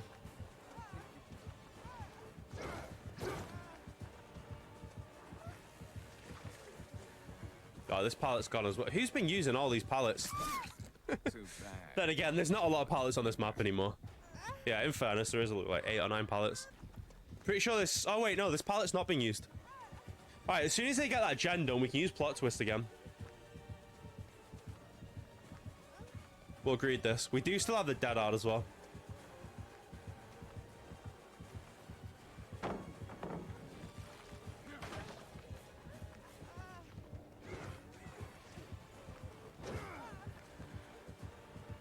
Nice, God pallet's still up. All right, let's use it. Nah, he's seen us straight away. Oh, I was hoping he'd check at least. I didn't think he'd like turn straight back there. How unlucky is that? We've been unlucky with this build today, you know. We've been unlucky with this build. Oh my God. How unlucky is that? As soon as we use it, he turns back around and comes through shock. We can still use it though. We can still down ourselves in the pallet now. We're gonna do it as well. The reason being that we can still use it again is because we haven't like fully recovered from the dying state. So it only deactivates when that happens. Oh no, no, Meg, please don't drop. No, Meg, no, Meg. Jesus Christ, I want to put my fist through this monitor. I'm not even gonna lie. That angers me. That actually triggers me. Oh my God, you have no idea. You are lucky I wiggled. I would have went mental. We've had some bad teammates today. We dead, but we've got the dead art. I dead arted too late. That one was on me, in fairness. No, you know what? That wasn't on me. I'm gonna still blame the Meg, because if we use power struggle there, we're fine. I am still gonna blame. Yeah, you. That's karma, Meg. That's what you deserve. Yeah, you die and we get out. Yes, Meg gets a karma and we escape. Good. Please don't have Blood Warden. Yeah, he's not good. Good. Not gonna lie, that triggered me. I am not gonna lie. All right, GG's. Oh, we're getting a Freddy. Good. It's been a while since I've had a Freddy. I actually like being in Dream World. Like, look how bright this is in Dream World. There he is. Oh, he's got fake pallets. Okay, good to know. Early swing there. We can do one more. We're gonna start Toxic Tuesday right now. We're gonna give him a click straight away. Get that down on his head. Give him a blind. And then we'll stay for a chain blind as well. No, we won't, because I mistimed it. That is on me. Come on, son. Don't drop chase. Don't do it. Okay, they got rid of the fake pallet there. If she takes him away, we'll move back in for the gen. Can we give him a blind when he puts her on the hook? We can. Nice.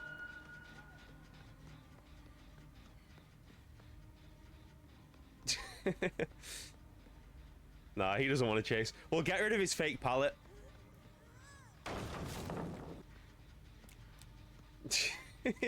He just does not want us at all, does he? Okay, maybe he does now. Almost. Alright, he might be committing here.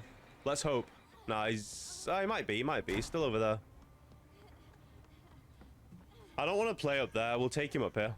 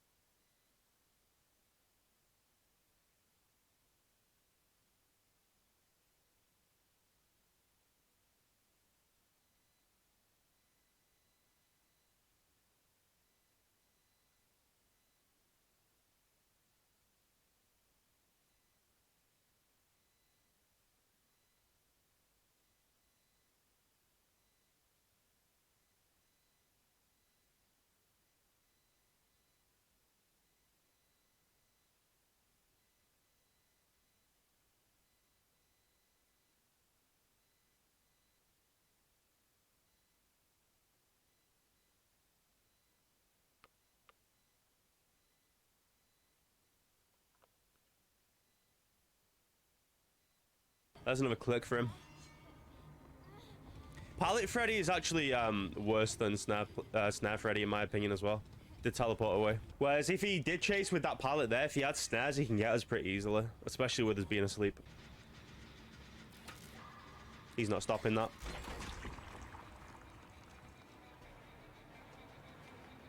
We have the really unsafe pallet. We're not even making that, I don't think. Yeah, we're not even making that anyway. Wouldn't have mattered much though. It's really unsafe. We know both of those pallets are fake. I don't even think we'll make anything here, to be honest.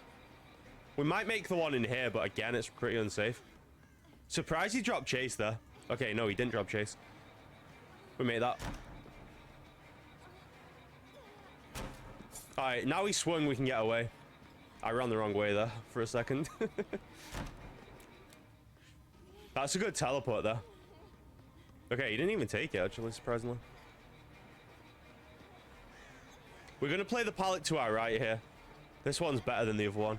Not by much, it's still somewhat unsafe, but it's not bad. It's better than the other one. We're going to greed this, sir. Nah, I didn't respect. Yeah, he knows we're there. I think we make pallet regardless, though. No. Understandable. Okay, then. Alright, Mew's got a gen over there.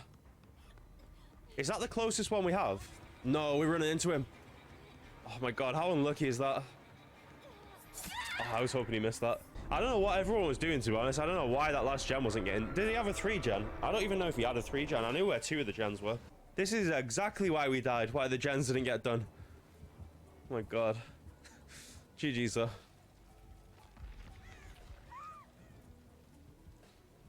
Yeah, off she goes into the locker. Alright, good luck to you, Claudia. I hope you get hatched. GG's.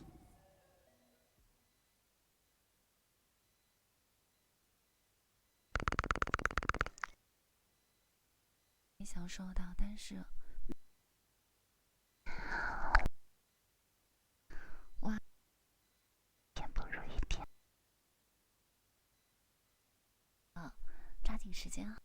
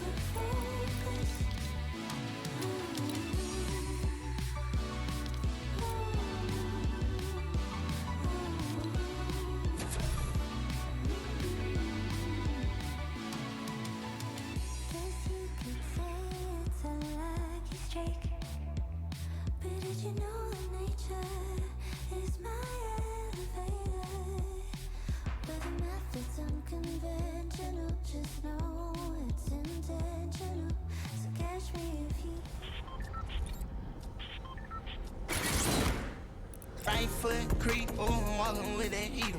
Look around, stay low, make sure they don't see you.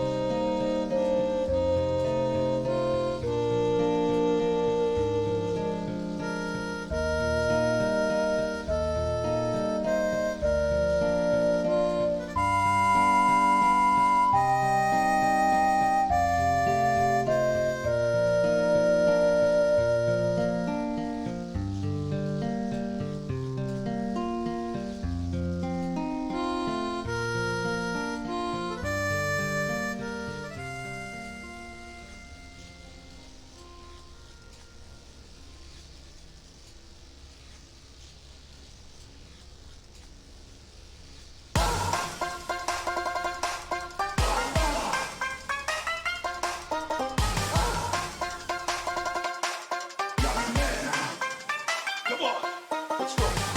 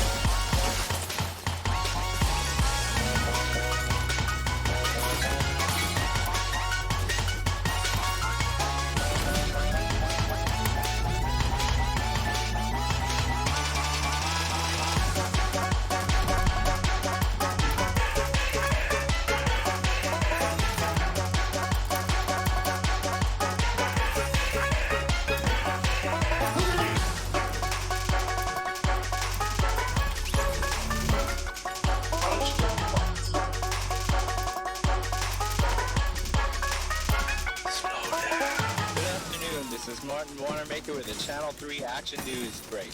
The string of recent fires have all been connected to what seems to be a serial arsonist. The suspected arsonist is purposely leaving what seems to be rather baked sperm or semen. All fire departments are now on alert for the possibility of more fires started by this perpetrator, now named the Semen Arsonist.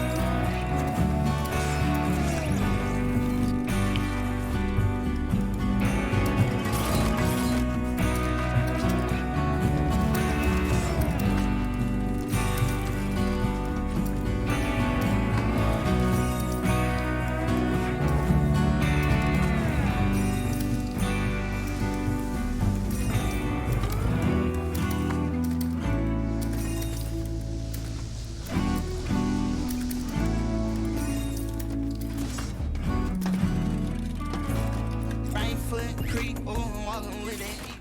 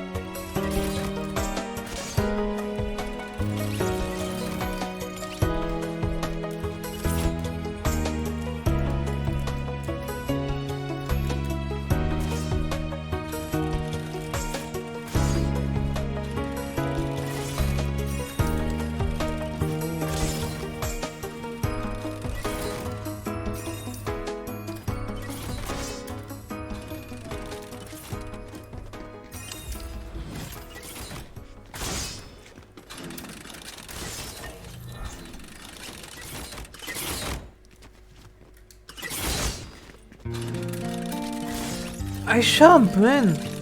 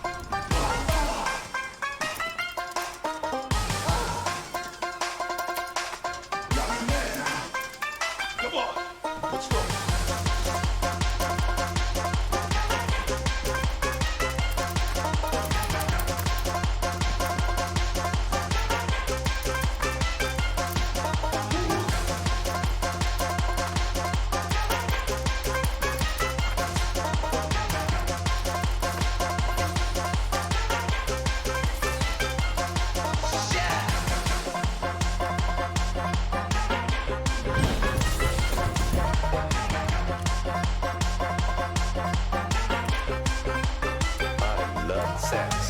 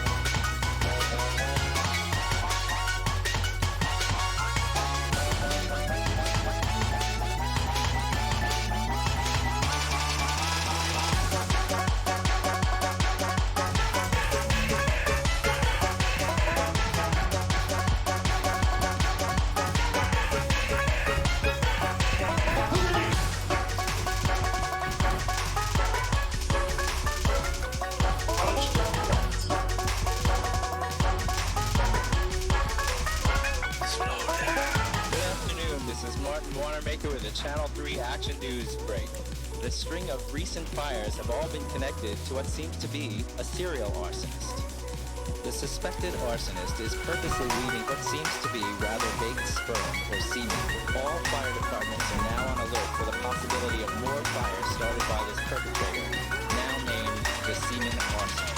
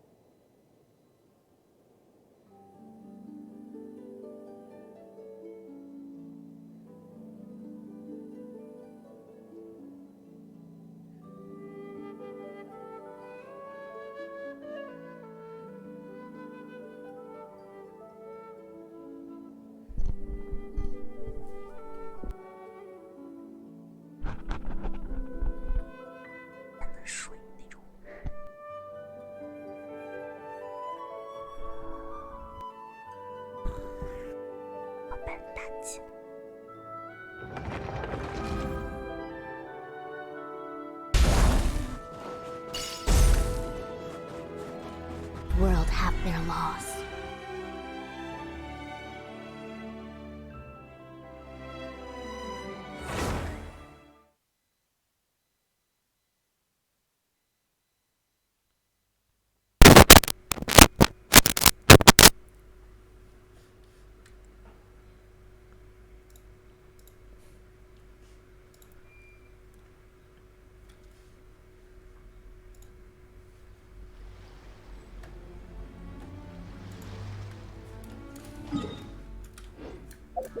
Now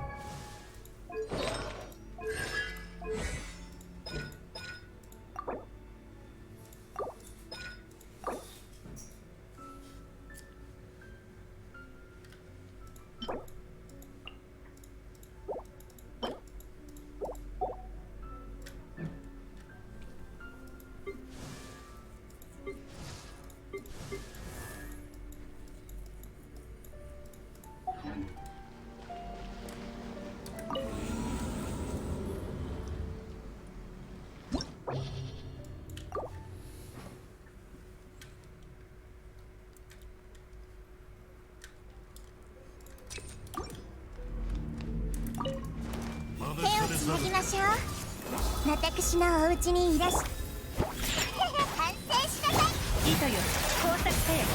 かかれ。炭になるがいい。やあ、全部返してやる。やあ。もう飽きちゃった。どうすいるのか。聞かせてもらおう。これこそが知恵の伝道。永遠のオアシスのために。甘えたにゃ。器用なら終わりで撤収。捕まえた。行くぞ無礼者。勝ち負けはまだ。これが海山を滅ぼした。手をつなぎましょう。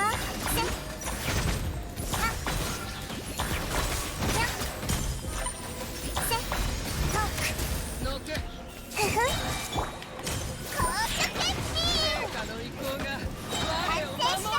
糸よ、工作せよ。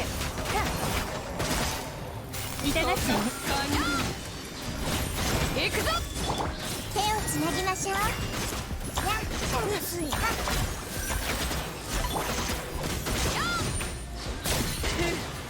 逆に捕まえたにゃ。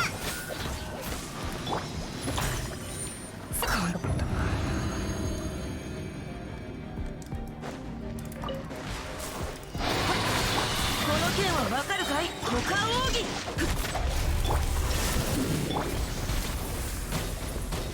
くらえ。へっ。信頼カード。はびこれ。全力攻撃だ。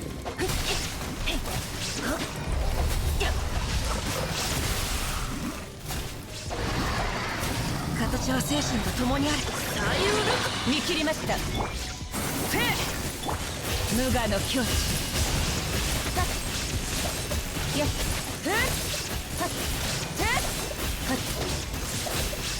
裁きの雷。芽生えよ。はっ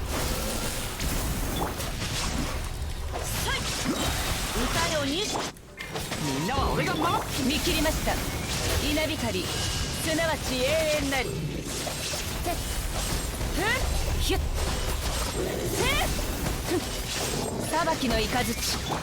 さんはあ燃えろ。やっ左右ルコ雨描きがたし。この剣はわかるかい？無我の境地。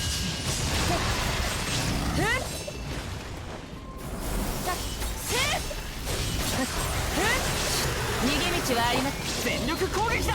くらえ。股間奥義。この剣はわかるかい？冒険だ冒険。信頼カード。見切りました。燃えろ。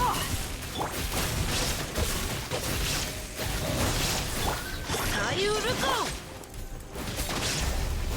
やっはびこれ。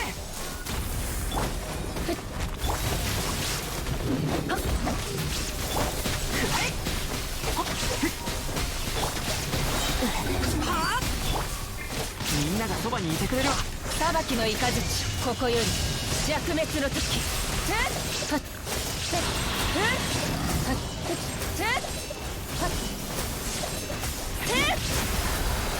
雷鳴が止んでしまいます。次は本気を出すよ。信頼カード燃えろ。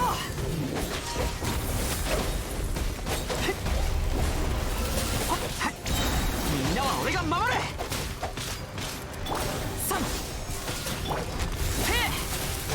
雨描きがたし。この剣はわかるかい？股間奥義。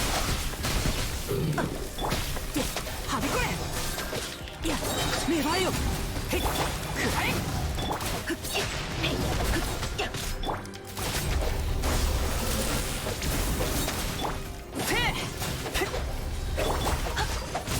形はサイ。雨描きがたし。で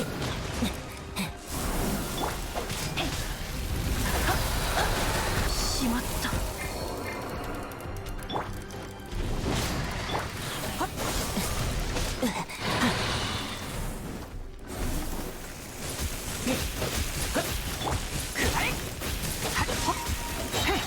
全力攻撃だ。信頼カード3。いや、燃えろ。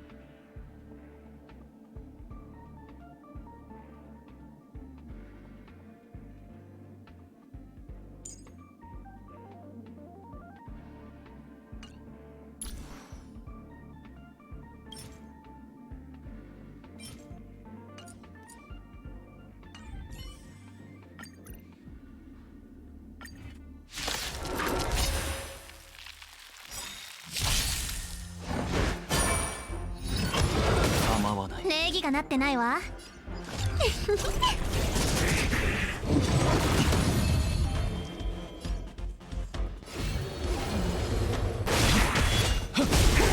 落ち着いて。素晴らしい。さようなら。あ、悪い子ね。おやすみ。立ちなさい。まだ誘ってないけど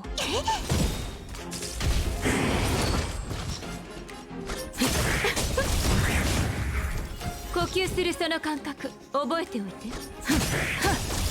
素晴らしい。さようなら。全ては星々よ。開拓者たちに真なる祝福を。それ。落ち着いて。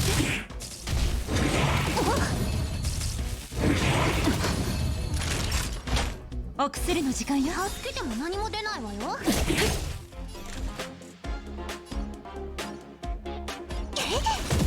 立ちなさい。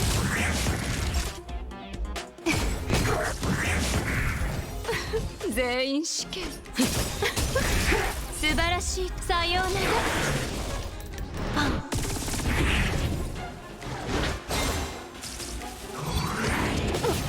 礼儀がなってないわ。誰かな。おやすみ。落ち着いて。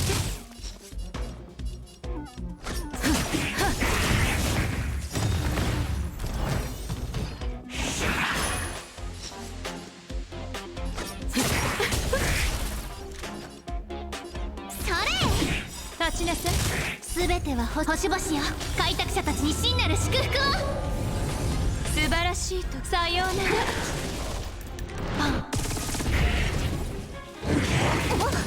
お注射の時間よ。助けても何も出ないわよ。全員誘ってないけど手の施しようがない。落ち着いて。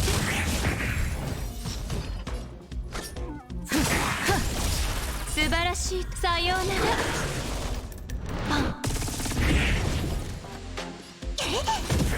立ちなさい。平気よ。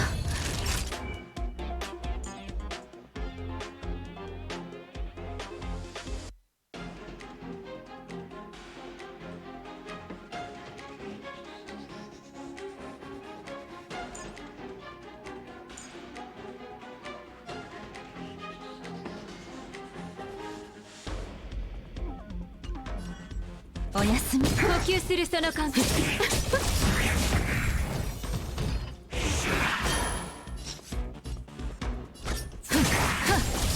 素晴らしい。さようなら。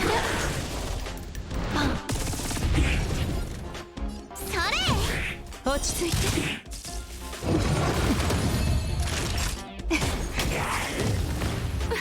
全員死刑。